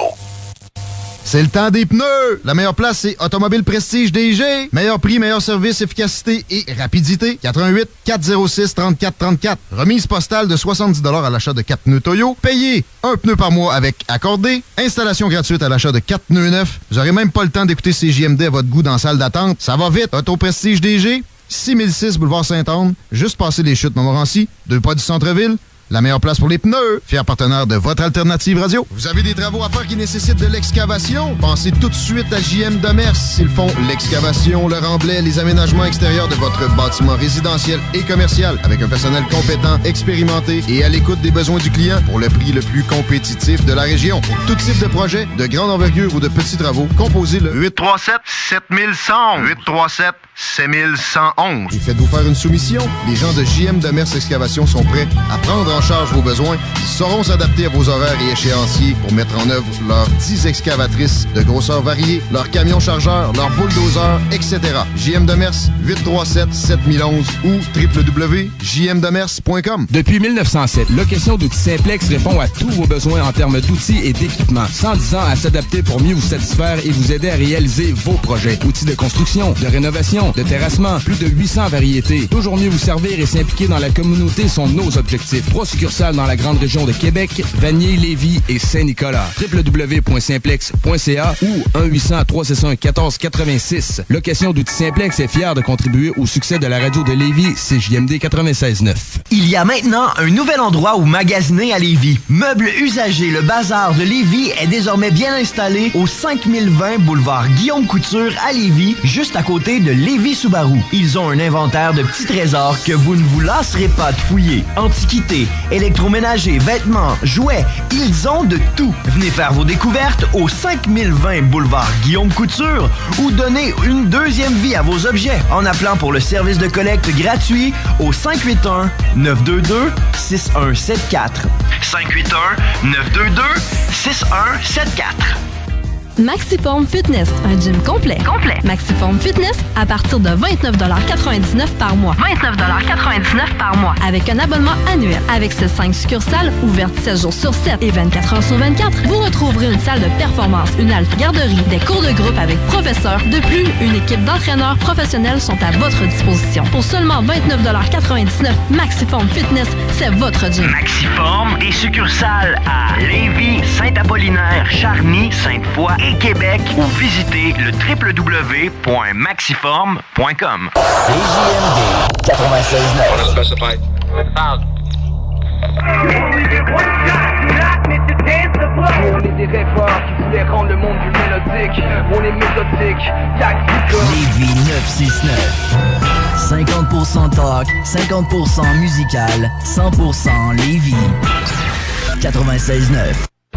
Vous écoutez Les Faits maudits avec Jean Cazot sur les ondes de CJMD Lévis 96,9. Les propos tenus lors de cette émission relèvent de croyances et d'opinions personnelles. Vous en êtes les seuls juges. OK. Alors, on est de retour avec Karine, bipolaire, qui se demande si certaines de ses expériences, s'il y aurait du vrai dans ça ou si ça relève tout du délire. Je viens de te donner ma réponse. Je pense que les deux sont possibles. Les deux. Tu peux vraiment vivre quelque chose, mais si c'est à travers une phase maniaque, ça vient interférer avec la crédibilité de l'expérience. Puis là, tu sais plus trop comme la partie où tu dis que tu t'es vu chanteuse est peut-être vrai, mais celle où tu penses que le waiter de l'hôtel, c'est ton père dans une vie antérieure, ça, c'est peut-être de la bullshit. Ouais. Tu comprends-tu? Alors, c'est un mélange des deux, mais lequel est lequel, là? C'est peut-être l'inverse aussi. C'est peut-être ton histoire de chanceuse qui tient pas à route, mais ce gars-là, ça a été effectivement... il a déjà été ton père, tu sais, ou en tout cas, bref. Ce que je veux dire, c'est que c'est pas évident. Mais même quand t'es pas en délire, c'est pas évident. Moi, mes expériences, à moi, là, il y en a certaines qui sont claires et limpides, mais il y en a d'autres, là, c'est pas évident de faire le ménage là-dedans, tu sais. Ouais. Maintenant, tu demandais pourquoi toi, c'est ça? Oui. Écoute, moi, j'ai dit fatum. Fatum, c'est un mot latin qui veut dire destin. Mm-hmm. Et je crois que nous sommes si tu crois à la réincarnation, c'est que tu es un esprit d'abord, hein, qui est devenu une humaine. Ouais. Bon. Et cet esprit-là, une fois que Karine va, une fois que ton corps va s'arrêter, là, que tu vas mourir, ton esprit, lui, va continuer. Mm-hmm. Puis il va s'incarner dans une autre personne, puis Karine, ça va être oublié, là. Ça va être une autre. Autrement dit, c'est pas Karine qui est important, c'est l'esprit qui est en dedans. Ouais. OK. Cet esprit-là, il vient pas ici comme une loterie, là, en se disant on verra bien ce qui va arriver. Là. C'est pas de même que ça marche. Là. Il s'écrit une histoire. Là. Lui a besoin, dans cette vie-là, d'aller chercher. Il y a des objectifs précis. Un peu comme un général qui part en guerre. Il y a des objectifs. Il faut atteindre tel village, il faut l'occuper. Après ça, il faut distribuer nos forces pour se diriger vers le flanc est pour essayer de prendre l'ennemi par en arrière puis faire... Comprends-tu? Vous êtes une stratégie, là, et j'ai besoin de tant d'hommes, j'ai besoin de tant de matériel, j'ai besoin de ça, j'ai besoin de ça, j'ai besoin de ça. Là, il arrange toute sa logistique. Il part pas avec sa carabine, là, comme un innocent, là. Tu sais, c'est organisé, son affaire. L'esprit, c'est la même chose, là. Il arrive pas... regardons ça, je suis tombé sur Karine. Eh bien, tu sais, non, il choisit le sexe, il choisit la date, il choisit l'endroit, il choisit les parents. Ça se discute, l'esprit qui occupe tes parents, puis toi, ça s'est discuté avant, puis ça peut paraître fou ce que je dis là, mais c'est pas fou, c'est comme partir en expédition, si tu préfères, parce que tu as plus un côté artistique qu'explorateur. C'est comme jouer une pièce de théâtre. Ouais. Tu vas jouer le rôle de la servante. Ouais. C'est tout. Attends, tu joueras pas le rôle du propriétaire de la maison, tu vas jouer le rôle de la servante. Fait qu'arrête de te plaindre d'être servante, t'as choisi ce rôle-là. Ouais. Bon. Comprends-tu? Imagine un comédien au milieu de la pièce. Je suis écœuré de jouer à servante. Ben oui, mais c'est ton rôle, niaiseux. Assume, tu sais, ou débarque de la scène, tu sais. Mm-hmm. Alors, il y en a qui font ça, ils se suicident aussi, tu sais. Mm-hmm. Alors, ceux qui refusent leur destin. Alors, toi, t'as choisi d'être Karine. T'as choisi ça. T'as choisi d'être Karine bipolaire. Ouais, tout un choix. Oui. Ouais. Oui, effectivement. Ouais. Mais la comédienne qui joue dans Homeland a choisi le rôle. Mm-hmm. Comprends-tu? Elle assume le rôle. Parce que dans la vraie vie, elle n'est pas bipolaire. Elle est Claire Danes, je pense son nom. Oui, oui. Mais c'est pareil. Toi, là, t'es le personnage, c'est Karine. Le comédien, c'est ton esprit. Puis, je pense que toute ma vie, j'ai cherché le but de mon existence. On le fait tout.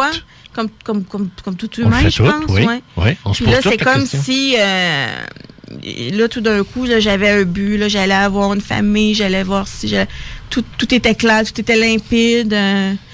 Ça venait me rassurer. Oui, ça, je peux comprendre ça. Mais ça a bien de l'air que c'est pas ça ton but. Ça a bien de l'air que c'est pas ça. Ben, c'est peut-être ce que t'es là. Ouais. Pourquoi il faut que ce soit extraordinaire? Pourquoi il faut que ce soit... tu sais, le gars qui classe des bouteilles au dépanneur, là, puis qui va faire ça jusqu'à 65 ans, puis après ça, il va s'en aller chez eux, puis il va mourir d'un infarctus en se rendant, là. Mm-hmm. Sa vie, ça aurait été ça, là.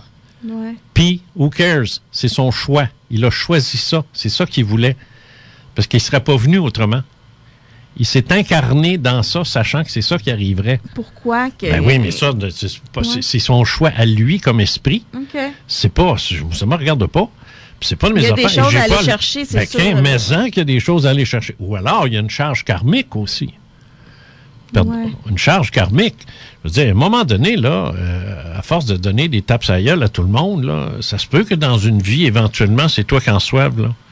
Mm-hmm. Histoire de savoir c'est quoi, tu sais. Histoire de comprendre c'est quoi quand on fait du mal à quelqu'un, c'est de s'en faire faire un peu aussi pour être capable de le découvrir comme esprit, tu sais. Alors, ce qu'on appelle le karma, là, tu sais. Ouais. Alors, je te dis pas que c'est karmique, ton affaire. C'est fatum ou karmique. C'est un des deux ou c'est les deux. Je me suis fait attacher 3 fois avec une camisole de force. Vraiment, tu sais, pas juste... À l'hôpital, ça. Oui, mais pas juste les mains. J'étais dans une espèce de combinaison en filet, là, en tissu en filet, là. Puis là, il y avait des grosses ceintures après ça, comme des ceintures d'auto qui m'attachaient en dessous du lit. Puis je pouvais même pas bouger le petit orteil avec une grosse piqûre de... As-tu eu des électrochocs? J'espère que non. Non. OK. Mais c'était vraiment traumatisant de me faire attacher comme ça. Mais tu as bien fait, tu as choisi une bonne année pour venir au monde, parce que si tu avais choisi mon année à moi, tu aurais été lobotomisée, ma fille. Oui, comme Alice Robbie. Oui, exact. Parce que la psychiatrie des années 50, c'était une boucherie. Je sais. Une boucherie. Oui. Puis j'aurais pas été soignée, puis j'aurais resté comme ça, puis j'aurais été la folle, puis j'aurais été... C'est ça, exactement, tu sais, parce que ça lobotomisait dans le temps, là. Puis les électrochocs, là, quelle horreur. Oui, vraiment. Et j'ai assisté à ça, moi, j'ai vu ça, moi. Non, c'est affreux, là. Ça n'a aucun maudit bon sens, ça. Mais on a évolué. T'as dit, je veux bien me punir pour certaines choses, mais pas jusque-là. Mm-hmm. Alors, je ne sais pas, moi, c'est peut-être karmique, ton affaire. Tu comprends-tu ce que je veux dire par karmique? Oui, je comprends très bien. Tu as peut-être, toi, été médecin avant, puis tu en as fait chier une couple, là. Oui. Fait que tu te ramasses toi-même dans les sangles... ou tu as peut-être sanglé du monde. Je sais que la prise de poids, moi, j'avais le jugement facile sur les gens avec un surplus de poids. Là. Des fois, je me disais, arrête de manger. C'est ça. Arrête de manger des frites. Puis là, c'est moi qui le vis. Là, fait comment t'as pris? 80 livres. Oui, tu sais. Je suis plus capable de juger quelqu'un qui a un surplus de poids. Tu peux pas. Parce que c'est beaucoup plus que juste manger. Il y a vraiment... Il y a toute une dimension psychologique derrière ça aussi. Absolument. C'est pas pire qu'un fumeur là, ou qu'un alcoolique. Là, c'est ça. Alors non, toi, écoute... il y a eu des choses à apprendre de ça, c'est sûr. Toujours, tout le temps, on s'incarne parce qu'on veut évoluer comme esprit. En tout cas, ça, c'est moi qui dis ça. Ouais. En tant qu'esprit, on s'incarne parce qu'on veut évoluer. On ne peut pas évoluer si on ne s'incarne pas. Mm-hmm. C'est être un pur esprit dans le ciel, là. Ben, dans le ciel, là, je parle pas du ciel chrétien, là, mais être un pur esprit, là, comme ça, qui t'avances pas, là. Si tu vis pas d'expérience, t'avances pas. Quand tu es esprit, il n'y a pas de mensonge, il n'y a pas de meurtre, il n'y a pas de sang qui coule, il n'y a pas de blessure, il n'y a pas de maladie, il n'y a rien. Tu n'apprends rien. Mm-hmm. Mais tu veux apprendre. Alors, tu t'incarnes, puis tu en manges une maudite, puis quand tu sors de là, tu sais c'est quoi recevoir une tape sur la gueule. Ouais. Parce que tu l'as vécu. Puis tu sais c'est quoi en donner. Aussi. Mais des fois, on est tanné d'en vivre. T'sais. Tout le monde nous dit, ouais, mais tu vas apprendre de ça, mais peux-tu avoir un petit break de temps en temps? C'est parce que il n'y aurait pas de... T'apprendrais rien si tu savais que ça achève puis que dans la prochaine vie, tu vas être Céline Dion. Ouais. Il faut pas que tu le saches. T'apprends rien. C'est comme un jeu vidéo. Est-ce qu'il faut absolument apprendre par la souffrance? Ben, c'est-à-dire que c'est pas apprendre par la souffrance. Ça serait chrétien, Ben, c'est ça, en c'est joie ça. le vert de dire ça. C'est ça. Mais c'est sûr que tu apprends plus la compassion si tu as faim Ouais, que si tu n'as pas faim. exact. Tu me suis? Oui. Moi, maintenant, les gens qui ont des problèmes de santé mentale ou qui ont de l'obésité, bon. Tu as plus de compassion. Ben, c'est sûr.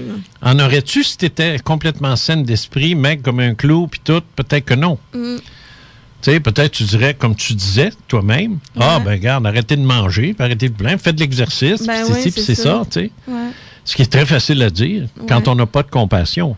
Ouais. Alors, si l'esprit a besoin d'apprendre c'est quoi la compassion, ben, c'est pas tellement qu'il doit souffrir, mais il doit savoir ce que c'est, Ouais. à tout le moins, tu sais.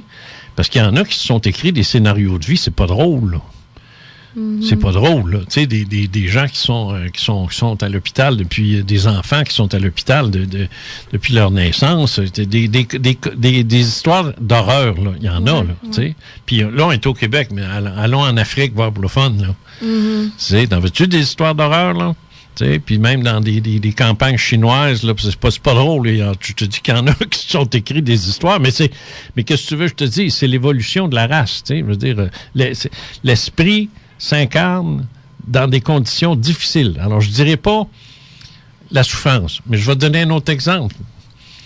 Si tu veux atteindre le podium des hommes forts, Ouais. quoique tout ce serait dur, les femmes fortes. Si tu veux atteindre le podium des gens très forts, puis que tu veux faire comme Hugo Girard, je donne toujours le même exemple. Hugo Girard, quand il rentre dans un gym, puis qu'il s'entraîne, il met 300 livres sur le bench press, puis il essaye de lever ça 10 fois. Il pourrait rentrer dans le gym, puis mettre 150 livres. C'est bien moins forçant. Puis une fois que c'est fini, ben il s'en va puis il dit « Ah, j'ai fait mon entraînement, mais il ne va pas monter sur aucun podium. » Parce que lui, où il est rendu, il faut qu'il lève 300, puis 310, puis 325. Il souffre. C'est difficile, mais c'est parce que c'est ça, le prix à payer pour être fort, ou pour s'entraîner, pour être skieuse. Ou Céline Dion, dont tu parlais, qui a failli venir folle à s'entraîner, comme elle l'a fait, pour apprendre à chanter, puis tous les exercices qu'elle devait faire, puis pas parler de la journée, puis faire ci, puis faire ça, puis une vie, beaucoup de discipline. La discipline, si tu considères la discipline comme une souffrance, oui, c'est souffrant. Alors oui, ça passe par ça, l'évolution. Tu es d'accord avec ça? Oui, très, très d'accord. OK. Ouais. Ça fait pas de peine, là? Non, pas du tout. OK, continue. C'est quoi l'histoire de... Je regrette, là, mais tu m'as ouvert une porte. Tu as été strappé? Oui, 3 fois. Holy shit! Ça, c'est suite La première fois, c'est quand ils m'ont rentré... parce que moi, c'est un membre de ma famille qui a appelé l'ambulance, là, parce que là, c'est ma cousine, en fait. Je lui avais téléphoné, puis là, elle trouvait que ça n'avait pas de sens ce que je lui disais au téléphone. Fait qu'elle a appelé le 911 pour qu'ils viennent me chercher. Puis ils sont venus me chercher. Puis là, moi, j'étais pas d'accord. Mais en fait, c'est que j'avais préalablement été hospitalisée dans le coin de chez mes parents. Parce qu'après mon histoire de Montréal, là, puis que j'ai appelé mon père, puis que bon, moi, j'ai pu les contacter le lendemain matin. Ils sont venus me chercher. Ils m'ont rentré à l'hôpital. Fait que je suis rentrée à l'hôpital de Granby. Même si je viens de Québec, parce que là, j'étais plus dans leur coin, puis j'avais pas de travail, j'avais perdu mon travail. Fait qu'ils m'ont hospitalisée là, puis je suis restée là seulement 9 jours parce que, il y a une loi là, qui permet aux médecins de nous garder de force, entre guillemets, là, quand on est un danger pour soi-même et les autres. Fait que là, moi, je suis allée en cours pour me défendre, pour dire que j'étais pas un danger pour moi-même ni les autres. Avec un avocat? J'ai jamais été un danger pour moi-même. Avec un avocat? À ce moment-là, non. OK. Non, j'étais seule. Fait que t'as perdu? Non, j'ai gagné. Ah, ouais? Parce que supposément que le juge était nouveau, je sais que la psychiatre n'était pas contente du tout que le juge m'ait laissé sortir, mais il était plus ou moins impressionné, habitué. Puis moi, j'avais t'étais pas dans une phase maniaque quand t'es allé en cours? J'étais en phase maniaque, mais j'ai parlé comme si j'étais très lucide, là. Parce que j'étais très lucide. On est très lucide en même temps, tu sais. Moi, j'avais appelé mon ancien patron parce qu'il était avocat, puis j'avais tout noté, les articles de loi, qu'est-ce qu'il fallait que je dise. Fait que je suis arrivée là hyper préparée. J'ai dit, moi, je veux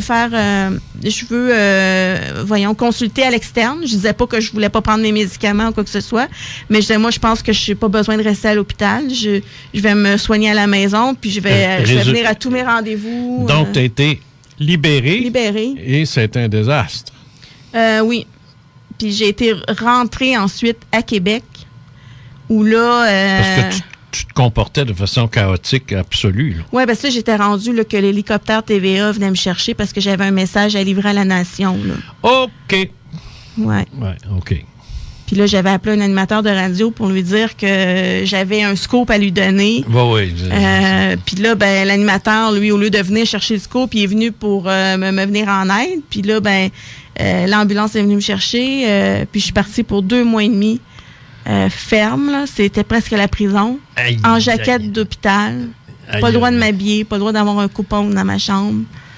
L'enfer total. Puis là, moi, quand je suis arrivée là, j'avais réussi à prendre mes papiers de cours de Granby pour leur dire, non, ils m'ont laissé partir à Granby il n'y a pas longtemps. Là. Mais personne ne te diagnostiquait? J'ai été diagnostiquée. C'est bien beau de te mettre en straight jacket, là, mais là c'est bien beau, là, mais personne n'était capable de dire cette fille-là, elle est bipolaire, mettez-la sur le lithium. À Granby, ils m'ont diagnostiqué bipolaire, ils m'ont donné la médication. Je la prenais, là.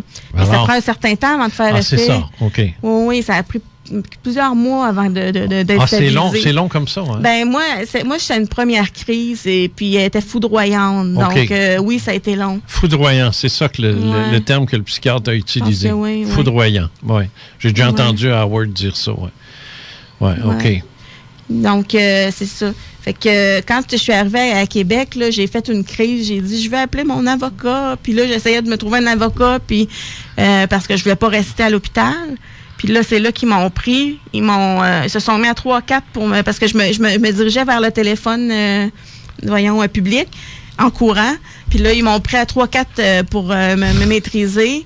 Ils m'ont mis sur le lit. Ils m'ont rentré dans cette espèce de combinaison-là en filet, là, qui est un filet là, qui est complètement indestructible, là, avec les grosses attaches là, en dessous, qui m'attachent en dessous du lit. C'est pire que ce qu'on voit à la télévision ou même dans Unité 9, là.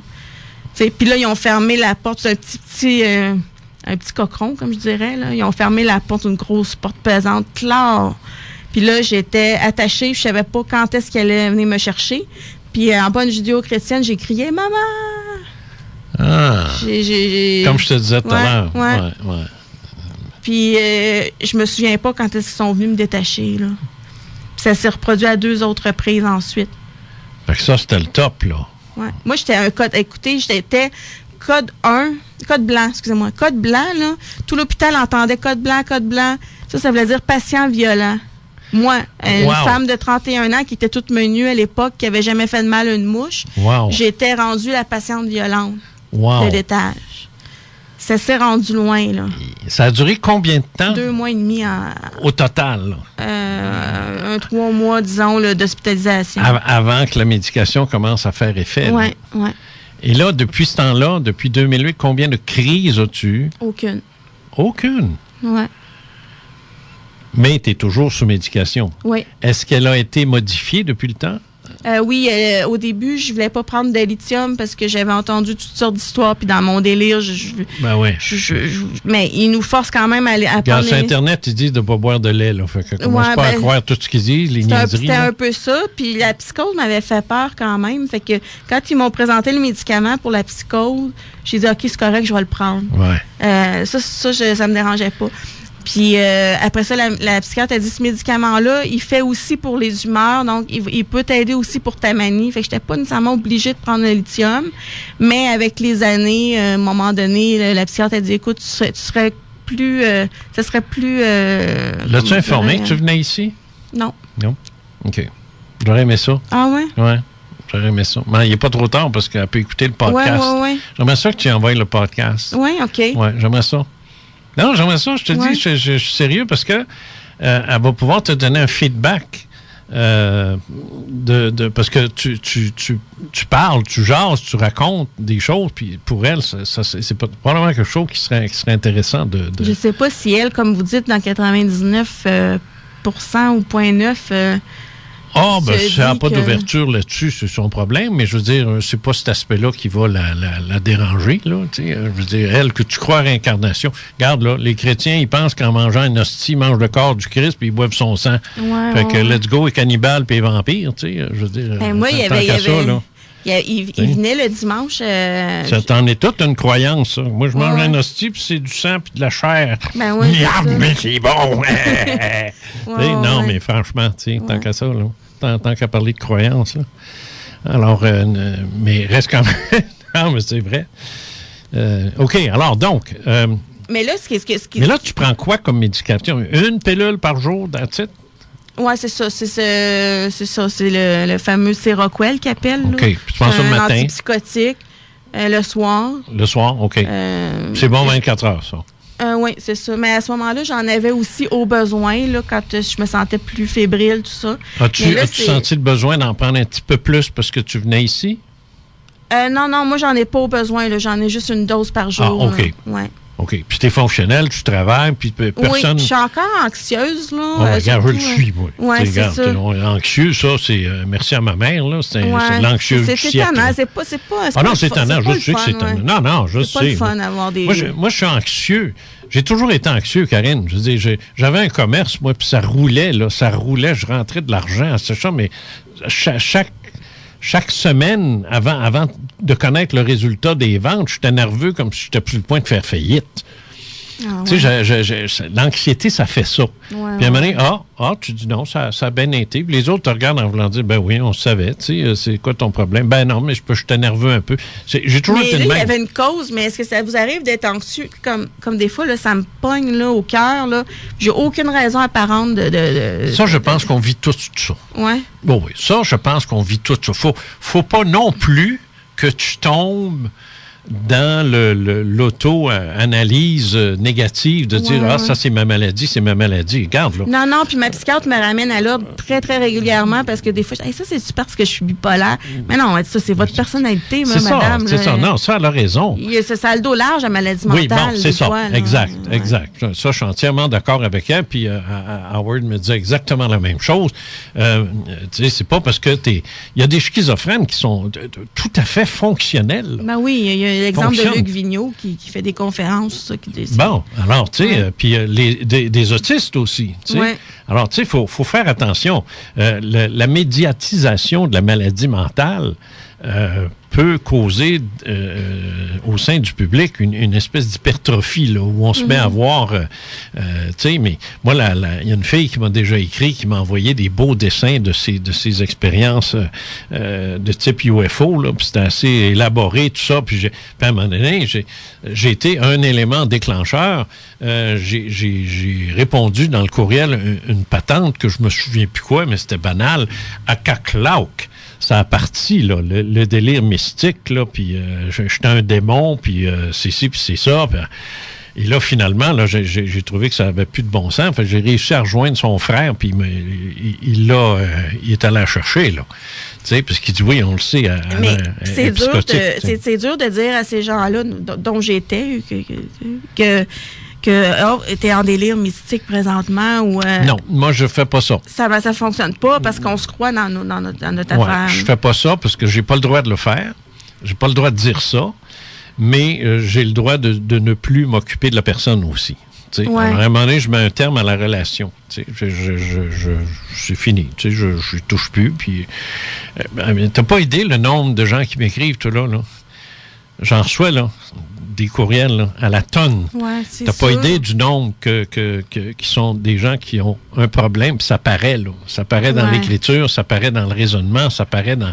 Puis à un moment donné, moi, j'ai mes trucs, là, mais quand je mets mes trucs en application, là, puis que ça me répond plus, là, c'est que je viens de comprendre là, que j'ai affaire à quelqu'un, là. Ouais. Ben moi, j'en ai un cette semaine, là, j'attendais à la lumière rouge, puis... comme piétonne, là, puis la personne a commencé à me parler de roi puis de toutes sortes d'affaires qui se tenaient pas. Là, j'ai dit, écoute, j'ai déjà vécu ça un peu, hein, j'ai dit, Maintenant, je prends de la médication, puis ça va bien.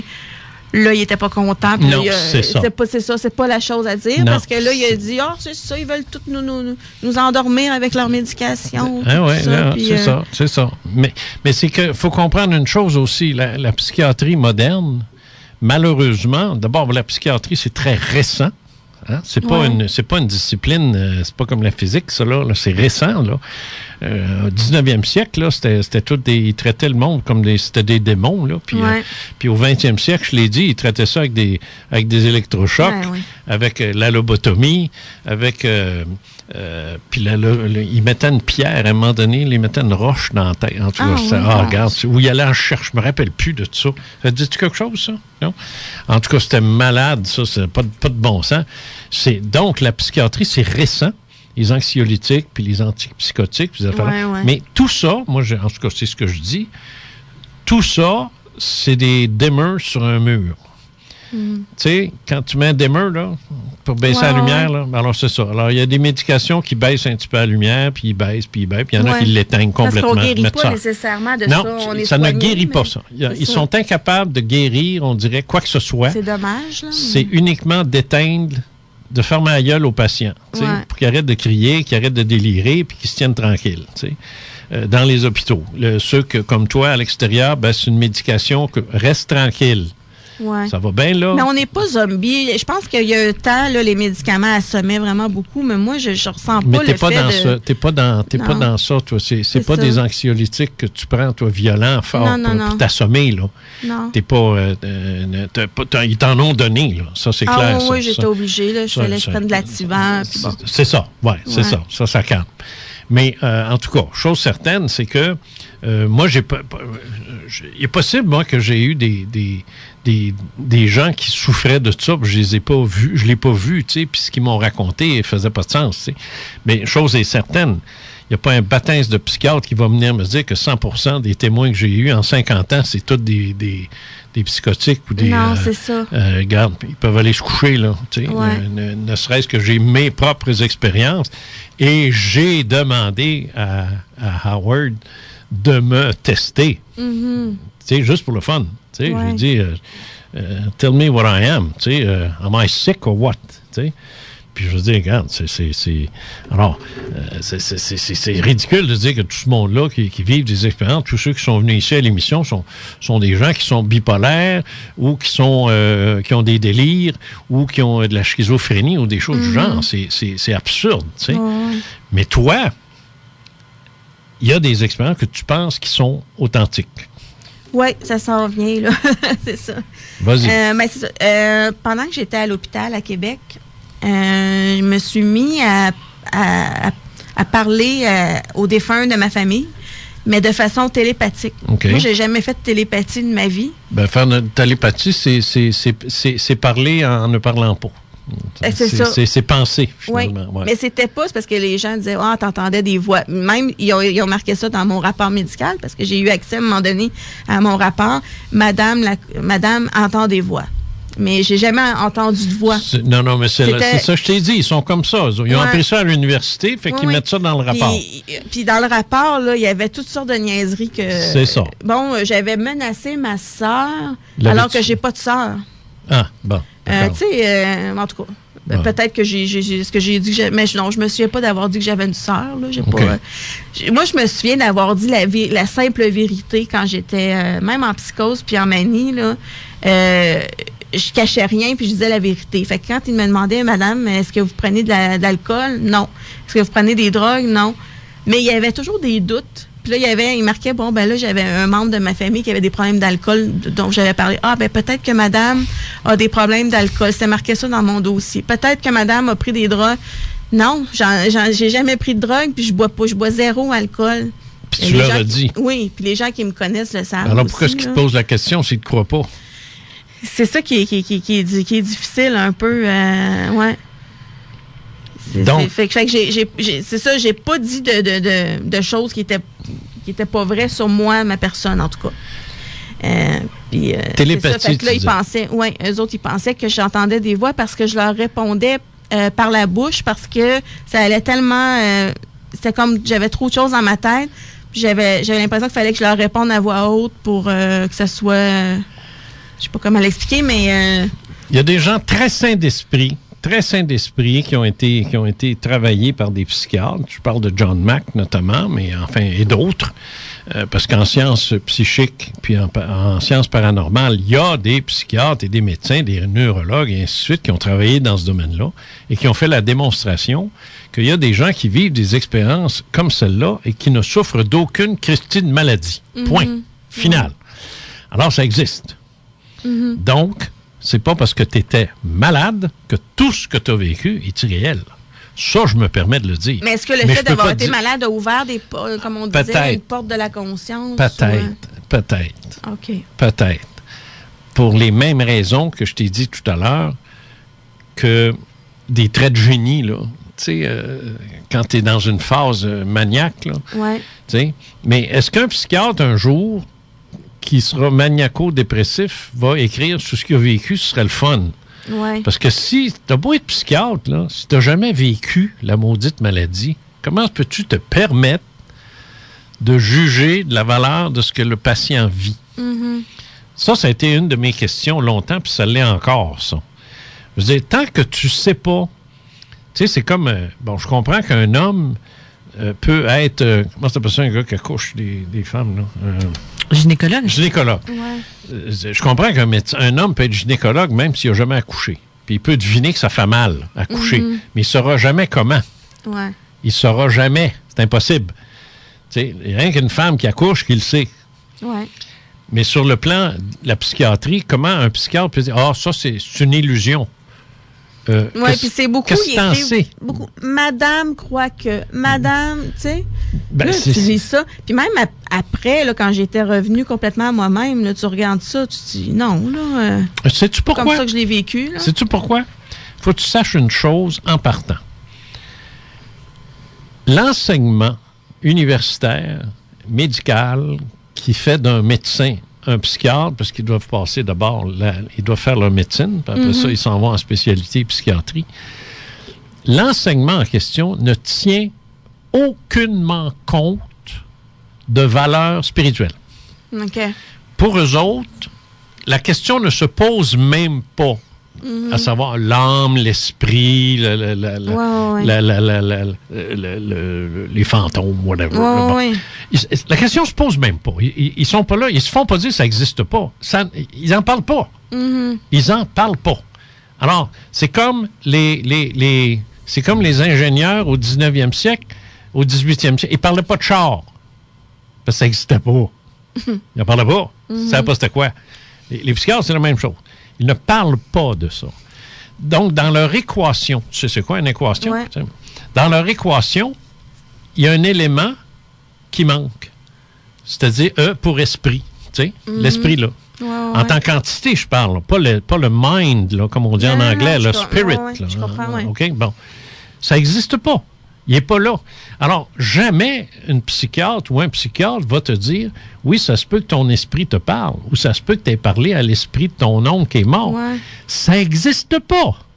Non, c'est parce qu'entendre des voix, ça fait partie de la psychose. Alors, là. si tu dis que tu as parlé à ta tante, elle va dire « Elle parle tout seule. » Ouais. Puis si tu dis que ta tante t'a répondu, elle va dire « Elle entend des voix. » C'est ça.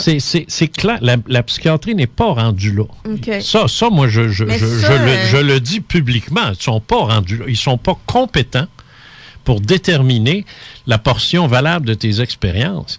Moi, par contre, en tant que métaphysicien, je ne suis pas compétent pour t'aider à passer à travers l'aspect clinique et médicale de ta condition. Ouais. Moi, je peux pas t'aider. Je suis pas thérapeute. Je peux pas t'aider là-dessus. Moi, je peux pas te dire ta médication est bonne, elle n'est pas bonne, prends-en plus, prends-en moins. Ça, jamais de la vie. Je peux pas faire ça. Sont bons là-dedans. Ça, c'est oui, sûr.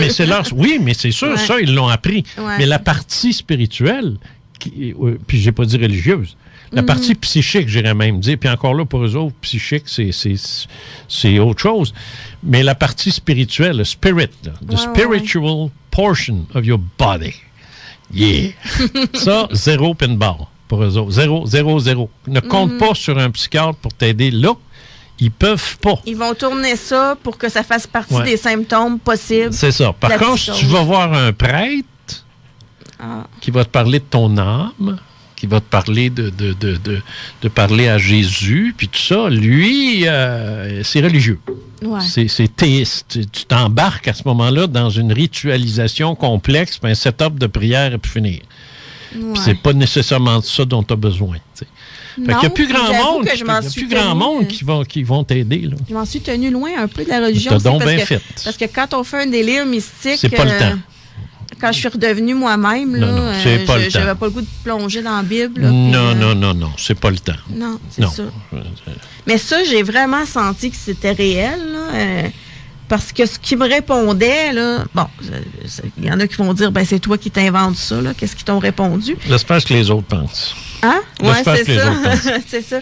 Mais je sentais qu'il était là pour moi, qu'il était là, Tu parles de ton cousin, ça? Ton cousin? Mon oncle, entre autres, okay. Ma grand-mère, mon grand-père, ma tante. Personnellement, là, moi, j'aurais tendance à dire oui. OK. Mais est-ce que c'est vrai que... Parce que ça arrive à d'autres. Est-ce qu'ils peuvent nous protéger? Souvent, on va dire, ta tante est décédée, mais elle va être là pour toi, elle va te protéger. Ça, c'est le petit côté judéo-chrétien encore. OK.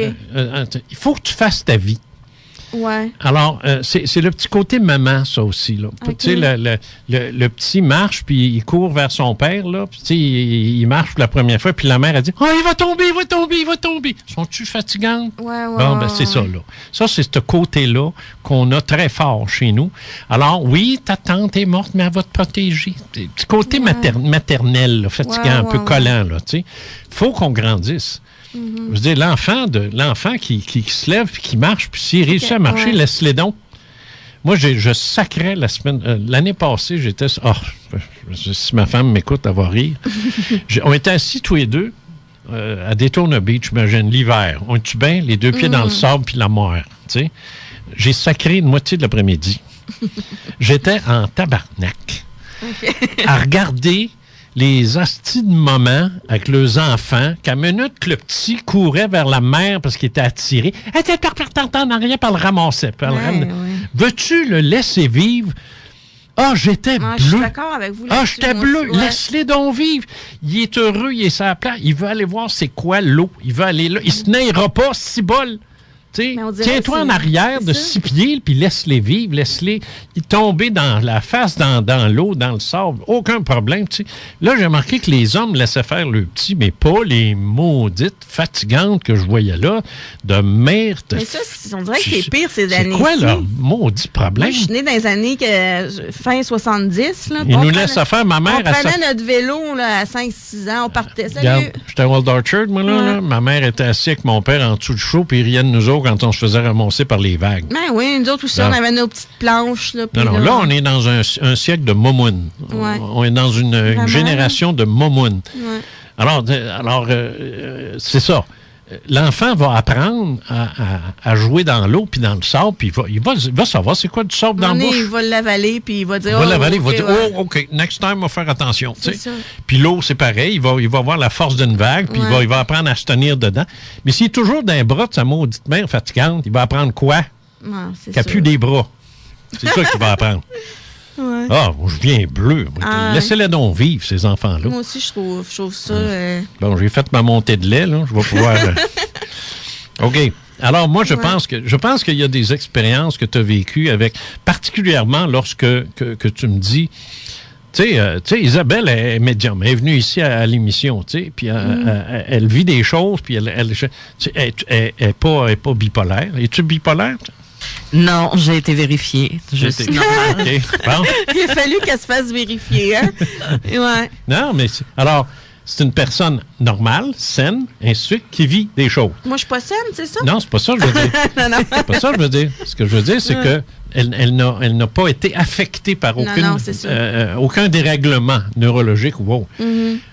Mais toi qui as été affecté par un dérèglement neurologique, on peut se poser la question si toutes tes expériences sont réelles ou pas, parce qu'elles peuvent être enrichies, polluées, contaminées par un délire mystique. Ouais, c'est sûr. C'est ça le problème. Ouais. Mais ça n'empêche pas que l'esprit de tes parents, grands-parents et autres ait pu quand même venir te visiter, te voir, mais pas nécessairement pour te protéger. Non, puis dans le fond, je repensais à ça, là. C'est pas tant qu'il était là pour me protéger parce que je posais toujours la question, qu'est-ce qui va m'arriver? Je voulais comme savoir l'avenir. Puis la réponse, c'était, tu verras. Bon, oui. Alors, c'est des esprits intelligents, parce que c'est le même que ça marche. Tu verras, t'es là, tu t'es incarné pour ça. Tu sais, tu peux pas... Il était pas là pour me dire, mais non, c'est ça. T'imagines-tu le comédien, toi, le personnage d'une pièce de théâtre qui s'arrête puis il dit « Hey, ça finit comment déjà, cette histoire-là? » Ben ouais, c'est ça. Hein? Non, hein? Non. Il joue son rôle. Le côté protection, là, c'est ça, c'est mon fond judéo-chrétien, que quand j'ai commencé à leur parler, je me suis dit, mon Dieu, ils sont là pour me protéger. Ben oui, c'est ça. Mais eux, ce qu'ils me répondaient, c'était, non, je peux pas te dire ton avenir, là, c'est... Non, il n'est pas là pour ça, puis de toute façon, ça va très bien tes affaires, là, ta vie se déroule comme elle devait se dérouler, tu sais. Ouais, je sais pas. Ça n'a pas été toujours facile. Ça n'a pas été toujours facile des dernières années. Non, j'ai pas dit qu'elle se déroulait bien. Ah, OK. J'ai dit qu'elle se déroulait comme elle devait se dérouler. Ah, d'accord, ouais. Non, une nuance, là. Ouais. Je les ai eus, mes bouts de rofle, là, aussi, là. J'en ai eu des bouts de rofle, là. C'est rare, les gens qui s'en tirent dans la vie sans bouts de rofle, là. Je l'ai dit tout à l'heure, faut que tu lèves les poids que tu dois lever pour prendre la force. Si tu te contentes de roulettes de 5 livres, là, tu prendras pas de force, là. Non, ça fait que tu perds ton temps, qu'est-ce que tu es venu faire ici? Ouais. Mais si tu lèves des poids de 5 livres tout le temps, c'est parce que c'est ça que tu as choisi.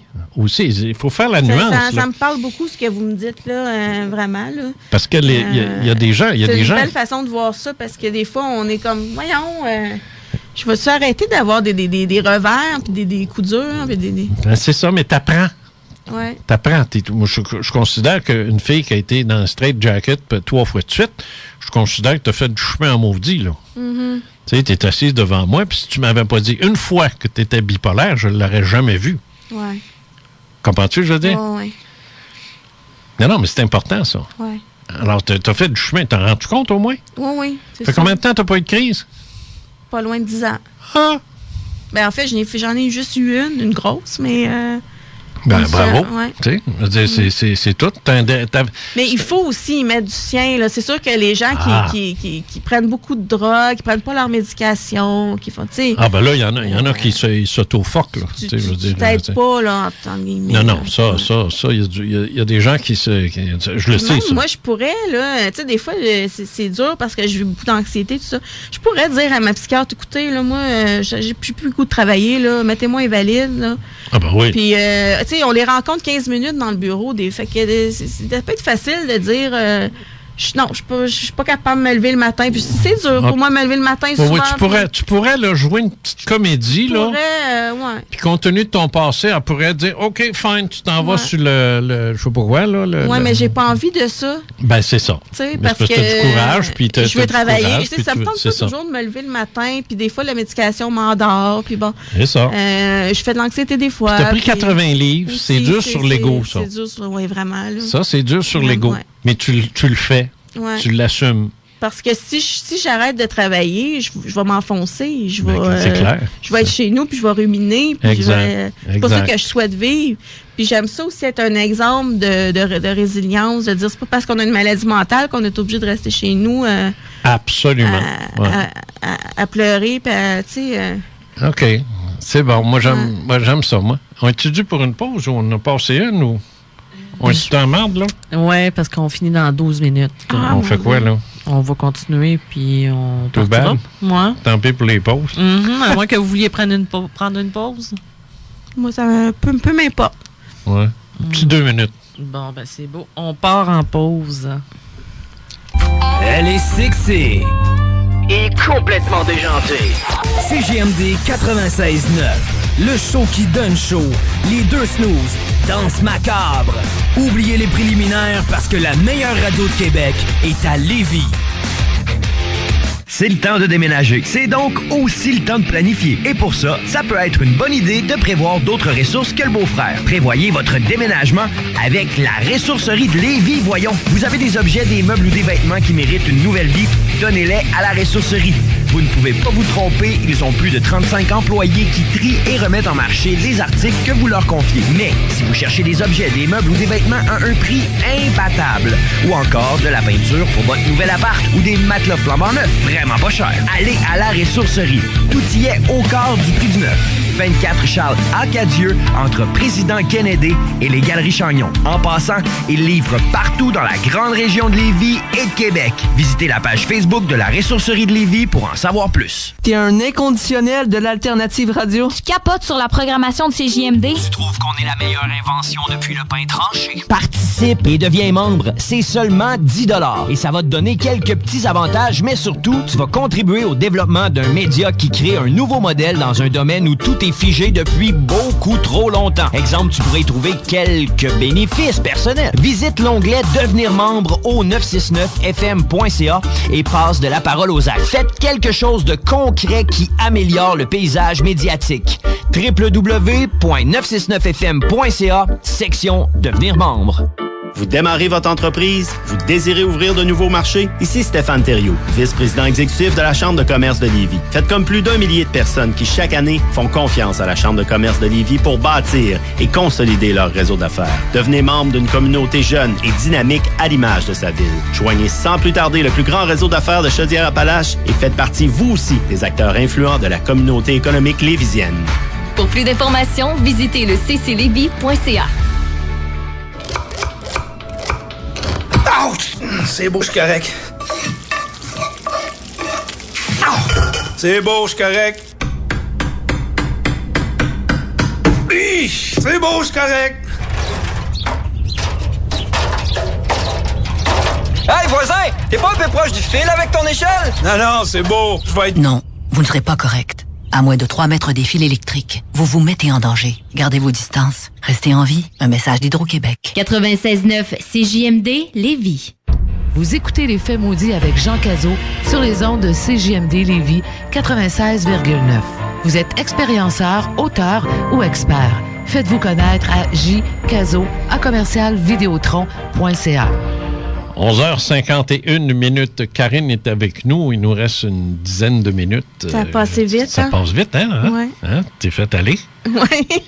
Le pire, c'est comme je vous disais, pendant la pause, je n'ai fait qu'effleurer le sujet parce que en 3 mois, je dirais, de maladie, là, c'est incroyable tout ce que j'ai Parce vu. qu'en passant, pour les gens qui ne l'ont pas réalisé, là, oui, t'es bipolaire, mais la section psychotique, les crises, puis le jacket, puis tout, ça a duré 3 mois, ça, là. Ouais, c'est pas ça. 20 ans, là. Non. 3 mois, une période de 3 mois en 2008. Oui. Puis après ça, plus rien.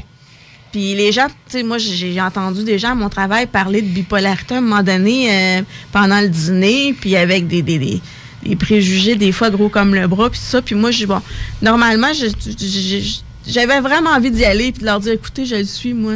Puis finalement, j'ai laissé faire. Mais ça prouve que s'il avait su que je l'étais, il n'aurait pas parlé comme ça devant moi. C'est ça, exactement. Puis on a des idées préconçues sur ce que c'est. Ouais. Il y a des gens qui pensent qu'un schizophrène, c'est un tueur en série, là. Oui, c'est ça. Je veux dire, alors que c'est une petite portion, là, très, très, très petite portion qui finissent par commettre des... Ouais. Puis en passant, c'est vrai que beaucoup de tueurs en série sont des psychopathes ou des sociopathes. Qui n'est pas une maladie mentale. Mais il y a beaucoup de sociopathes et de psychopathes qui n'ont jamais tué personne. Aussi. Mais qui le sont. Oui. Dénués totalement d'émotions, incapables de vivre une émotion. Tu sais, je veux dire, une indifférence totale face à la souffrance ou à la douleur des autres, puis ainsi de suite, mais qui ne sont pas des tueurs pour autant. Là, non, c'est ça, il faut faire attention. Ben oui. Ouais. OK, vas-y, tu avais un point à donner. Oui, c'est ça. L'autre sensation que j'ai sentie qui était vraiment très, très réelle, c'est que je me sentais immortelle. OK. C'est dur à décrire, là, mais je le sentais au plus profond de mon être. C'était comme si... tu sais, comme je suis réveillée puis je m'endormirai plus jamais. Tu sais, je vais rester dans un état d'éveil constant pour l'éternité. Puis j'étais certaine à plus que 100%. Là, tu sais, c'était là, il n'y avait aucune... Ben, c'est parce qu'il y a un petit peu de vrai dans ça. C'est ça. Au niveau de l'esprit, on l'est. Oui, c'est ça. Tu sais, j'ai écrit un article, une série d'articles qui s'appelle « Nous sommes immortels ». Ouais. Et je le suis. Mais je m'identifie à mon esprit quand je dis ça, et non pas à mon corps. Moi, je le crois encore. Il vieillit assez vite que je peux te dire qu'il n'est pas immortel. Ouais, Là, je le crois encore, puis je le croyais avant aussi. Mais là, à ce moment-là, je le ressentais. Vraiment, vraiment. C'était là. Probablement que tu ressentais la version spirit de la portion spirituelle de ton entité que tu es, qui, elle, est immortelle. Ouais. Encore là, c'est pas quelque chose qui va être validé par ton psychiatre. Là. Non. Tu sais, elle va te dire oui, Karine, oui. Et puis aussi, je voyais à quel point la terre était belle, les couleurs, le gazon. Ça s'est passé l'été. On aurait dit que je pouvais voir le paradis. Est-ce que ça pouvait être un paradis? Moi, je vais dire quelque chose. J'ai vécu ça dans une moitié de sortie extracorporelle. OK. En période comme de méditation, si tu veux. Je venais de travailler, je venais de faire des gros travaux de ferme, puis tabarnak que je suis pas rural. C'est pas mon bague. Je suis juste allé aider un ami fermier et c'est la dernière fois que je l'ai aidé. Quand il dit « Viens m'aider à faire les foins », il aurait pu me dire « Ben là, ils sont malades, ce monde-là. C'est épouvantable. » Fait qu'en tout cas, j'ai dit « Moi, jamais je vais m'acheter une ferme. » Fait que quand tu l'es pas, tu l'es pas. C'est pas votre rôle. Non. Et là, à un moment donné, je me suis assis sur une bêle de foin. Là, j'étais plus capable. Là, j'étais mort. Puis épuisé, vidé, là, tu sais, vidé. Puis là, je suis tombé comme en transe, si tu veux, tu sais. Et à un moment donné, le gazon, l'herbe, c'est venu d'un vert émeraude, là. Ouais. Le ciel, c'était... on a vécu ça, la même chose. Ouais, c'était magnifique. C'était de toute beauté. Mais est-ce que c'est une condition particulière due au fait que j'étais dans un état de réceptivité, tu sais, qui fait que ton cerveau se met à émettre des ondes alpha, et là, tu tombes dans une transe, et là, tu sors de ton corps. Ça, c'est la partie scientifique où ils vont te dire « Oh, ça n'existe pas, ça! » Mais moi, je te dis que ça existe. C'est drôle, j'en parle, puis je ressens encore un peu ce que ça me faisait. Là. Alors ça se peut que ça n'a rien à foutre avec ta maladie, ça. J'ai des flashbacks à tous les étés. Cet été, j'ai été pas mal épargnée, mais les autres étés, là, j'avais des flashbacks de ce que je vivais, de ce que j'avais vécu, justement, là, comment je me sentais, là, le sentiment d'immortalité, tout ça. Ça peut ne pas être lié à ta maladie directement, dans le sens que c'est une flouque ou une fantaisie ou un fantasme ou une bulle dans le cerveau, là. Mm-hmm. Ben, moi, je l'ai vécu, puis j'en ai pas d'antécédents neurologiques. Est-ce que ça peut être réel? Oui. Moi, c'est réel. On ressent que la Terre peut être vraiment belle. Ah, oui, absolument. C'est comme s'il y avait un double. Si la Terre avait un double, tu sais, qui est 100 fois plus beau qu'ici. C'est un peu comme ceux qui ont des expériences de mort imminente puis qui voient des couleurs qu'ils ne voient pas sur Terre. Exactement. Puis j'ai vécu d'autres choses aussi. Une autre expérience aussi. Quand j'étais à l'Institut de métaphysique appliquée, j'en ai parlé j'ai un livre, moi, qui s'appelle « Ce dont je n'ai jamais parlé ». Toutes mes expériences sont là. Fait que si quelqu'un décide de me diagnostiquer, il n'y a rien qu'à lire ce livre-là. Il y a du stock en masse. Mm-hmm. Et où j'ai vu le sentier dans le bois où j'étais est devenu lumineux comme si c'était de l'or. Wow. Puis les fleurs autour. Oui, c'est vraiment ça que je voyais. Oui, non, même à travers la fenêtre d'hôpital avec des barreaux, là, que j'ai réussi à voir ça. Là. Comme je t'ai déjà dit, à un moment donné, il faut faire le ménage. Tu sais, c'est quoi la portion où tu vois du monde danser dans l'autobus, puis on sait que c'est pas vrai? Ça c'est sûr que c'est pas vrai. C'est ça. Et l'autre, ça, il y a juste toi qui peux le ressentir. Puis dire, ça, c'est vrai. Mais j'avais conscience que les gens qui dansaient, ils dansaient pas, dans le fond. Là. C'est ça. Fait qu'il y avait une lucidité malgré tout. Malgré tout, oui. Ouais, c'est ça. Il y a le bout des vies antérieures que je n'étais pas certaine. Là. Le seul problème, Karine, là, je vais te dire, le plus gros problème, je dirais 2 minutes. Le plus gros problème, c'est que tu es très bien traité par ton psychiatre à l'heure actuelle. Ta médication est parfaite, on le voit par ton comportement. Mais tu n'auras pas d'aide de ces gens-là sur le plan de tes expériences psychiques ou métaphysiques. Tu n'en auras pas d'aide. Parce qu'ils n'ont pas appris ça. On leur a pas enseigné rien là-dessus. Alors, ils se calfeutrent dans la certitude que ça n'existe pas, puis que ça, c'est pour les gens illuminés, puis les casos de ce monde. Alors, c'est clair que tu n'auras jamais d'aide de ce côté-là. Ça, oublie ça. Et c'est ce qui va te renforcer dans ta conviction que tout ce que tu as vécu, c'est dû à ta maladie. Ouais. Alors, moi, je t'amène un autre point de vue qui ne met aucunement en doute le fait que tu aies une bipolarité et que tu as besoin de médication. Ça, c'est ultra important que ce soit clair, là, ce que je te dis là. Mais je pense que malgré cela, tu as effectivement vécu probablement des expériences métaphysiques fort intéressantes. La dernière petite chose dont j'aurais aimé parler, c'est j'ai une tante qui s'est suicidée. Puis quand j'étais malade, ça faisait pas tellement longtemps qu'elle s'était suicidée. Puis personne n'a su pourquoi et tout. Et puis, plusieurs mois plus tard, j'ai regardé dans mon livre de téléphone et puis j'avais une écriture qui n'était pas la mienne, qui était marquée « Je suis restée » avec une flèche où là, c'était mon écriture avec le prénom de ma tante, en voulant dire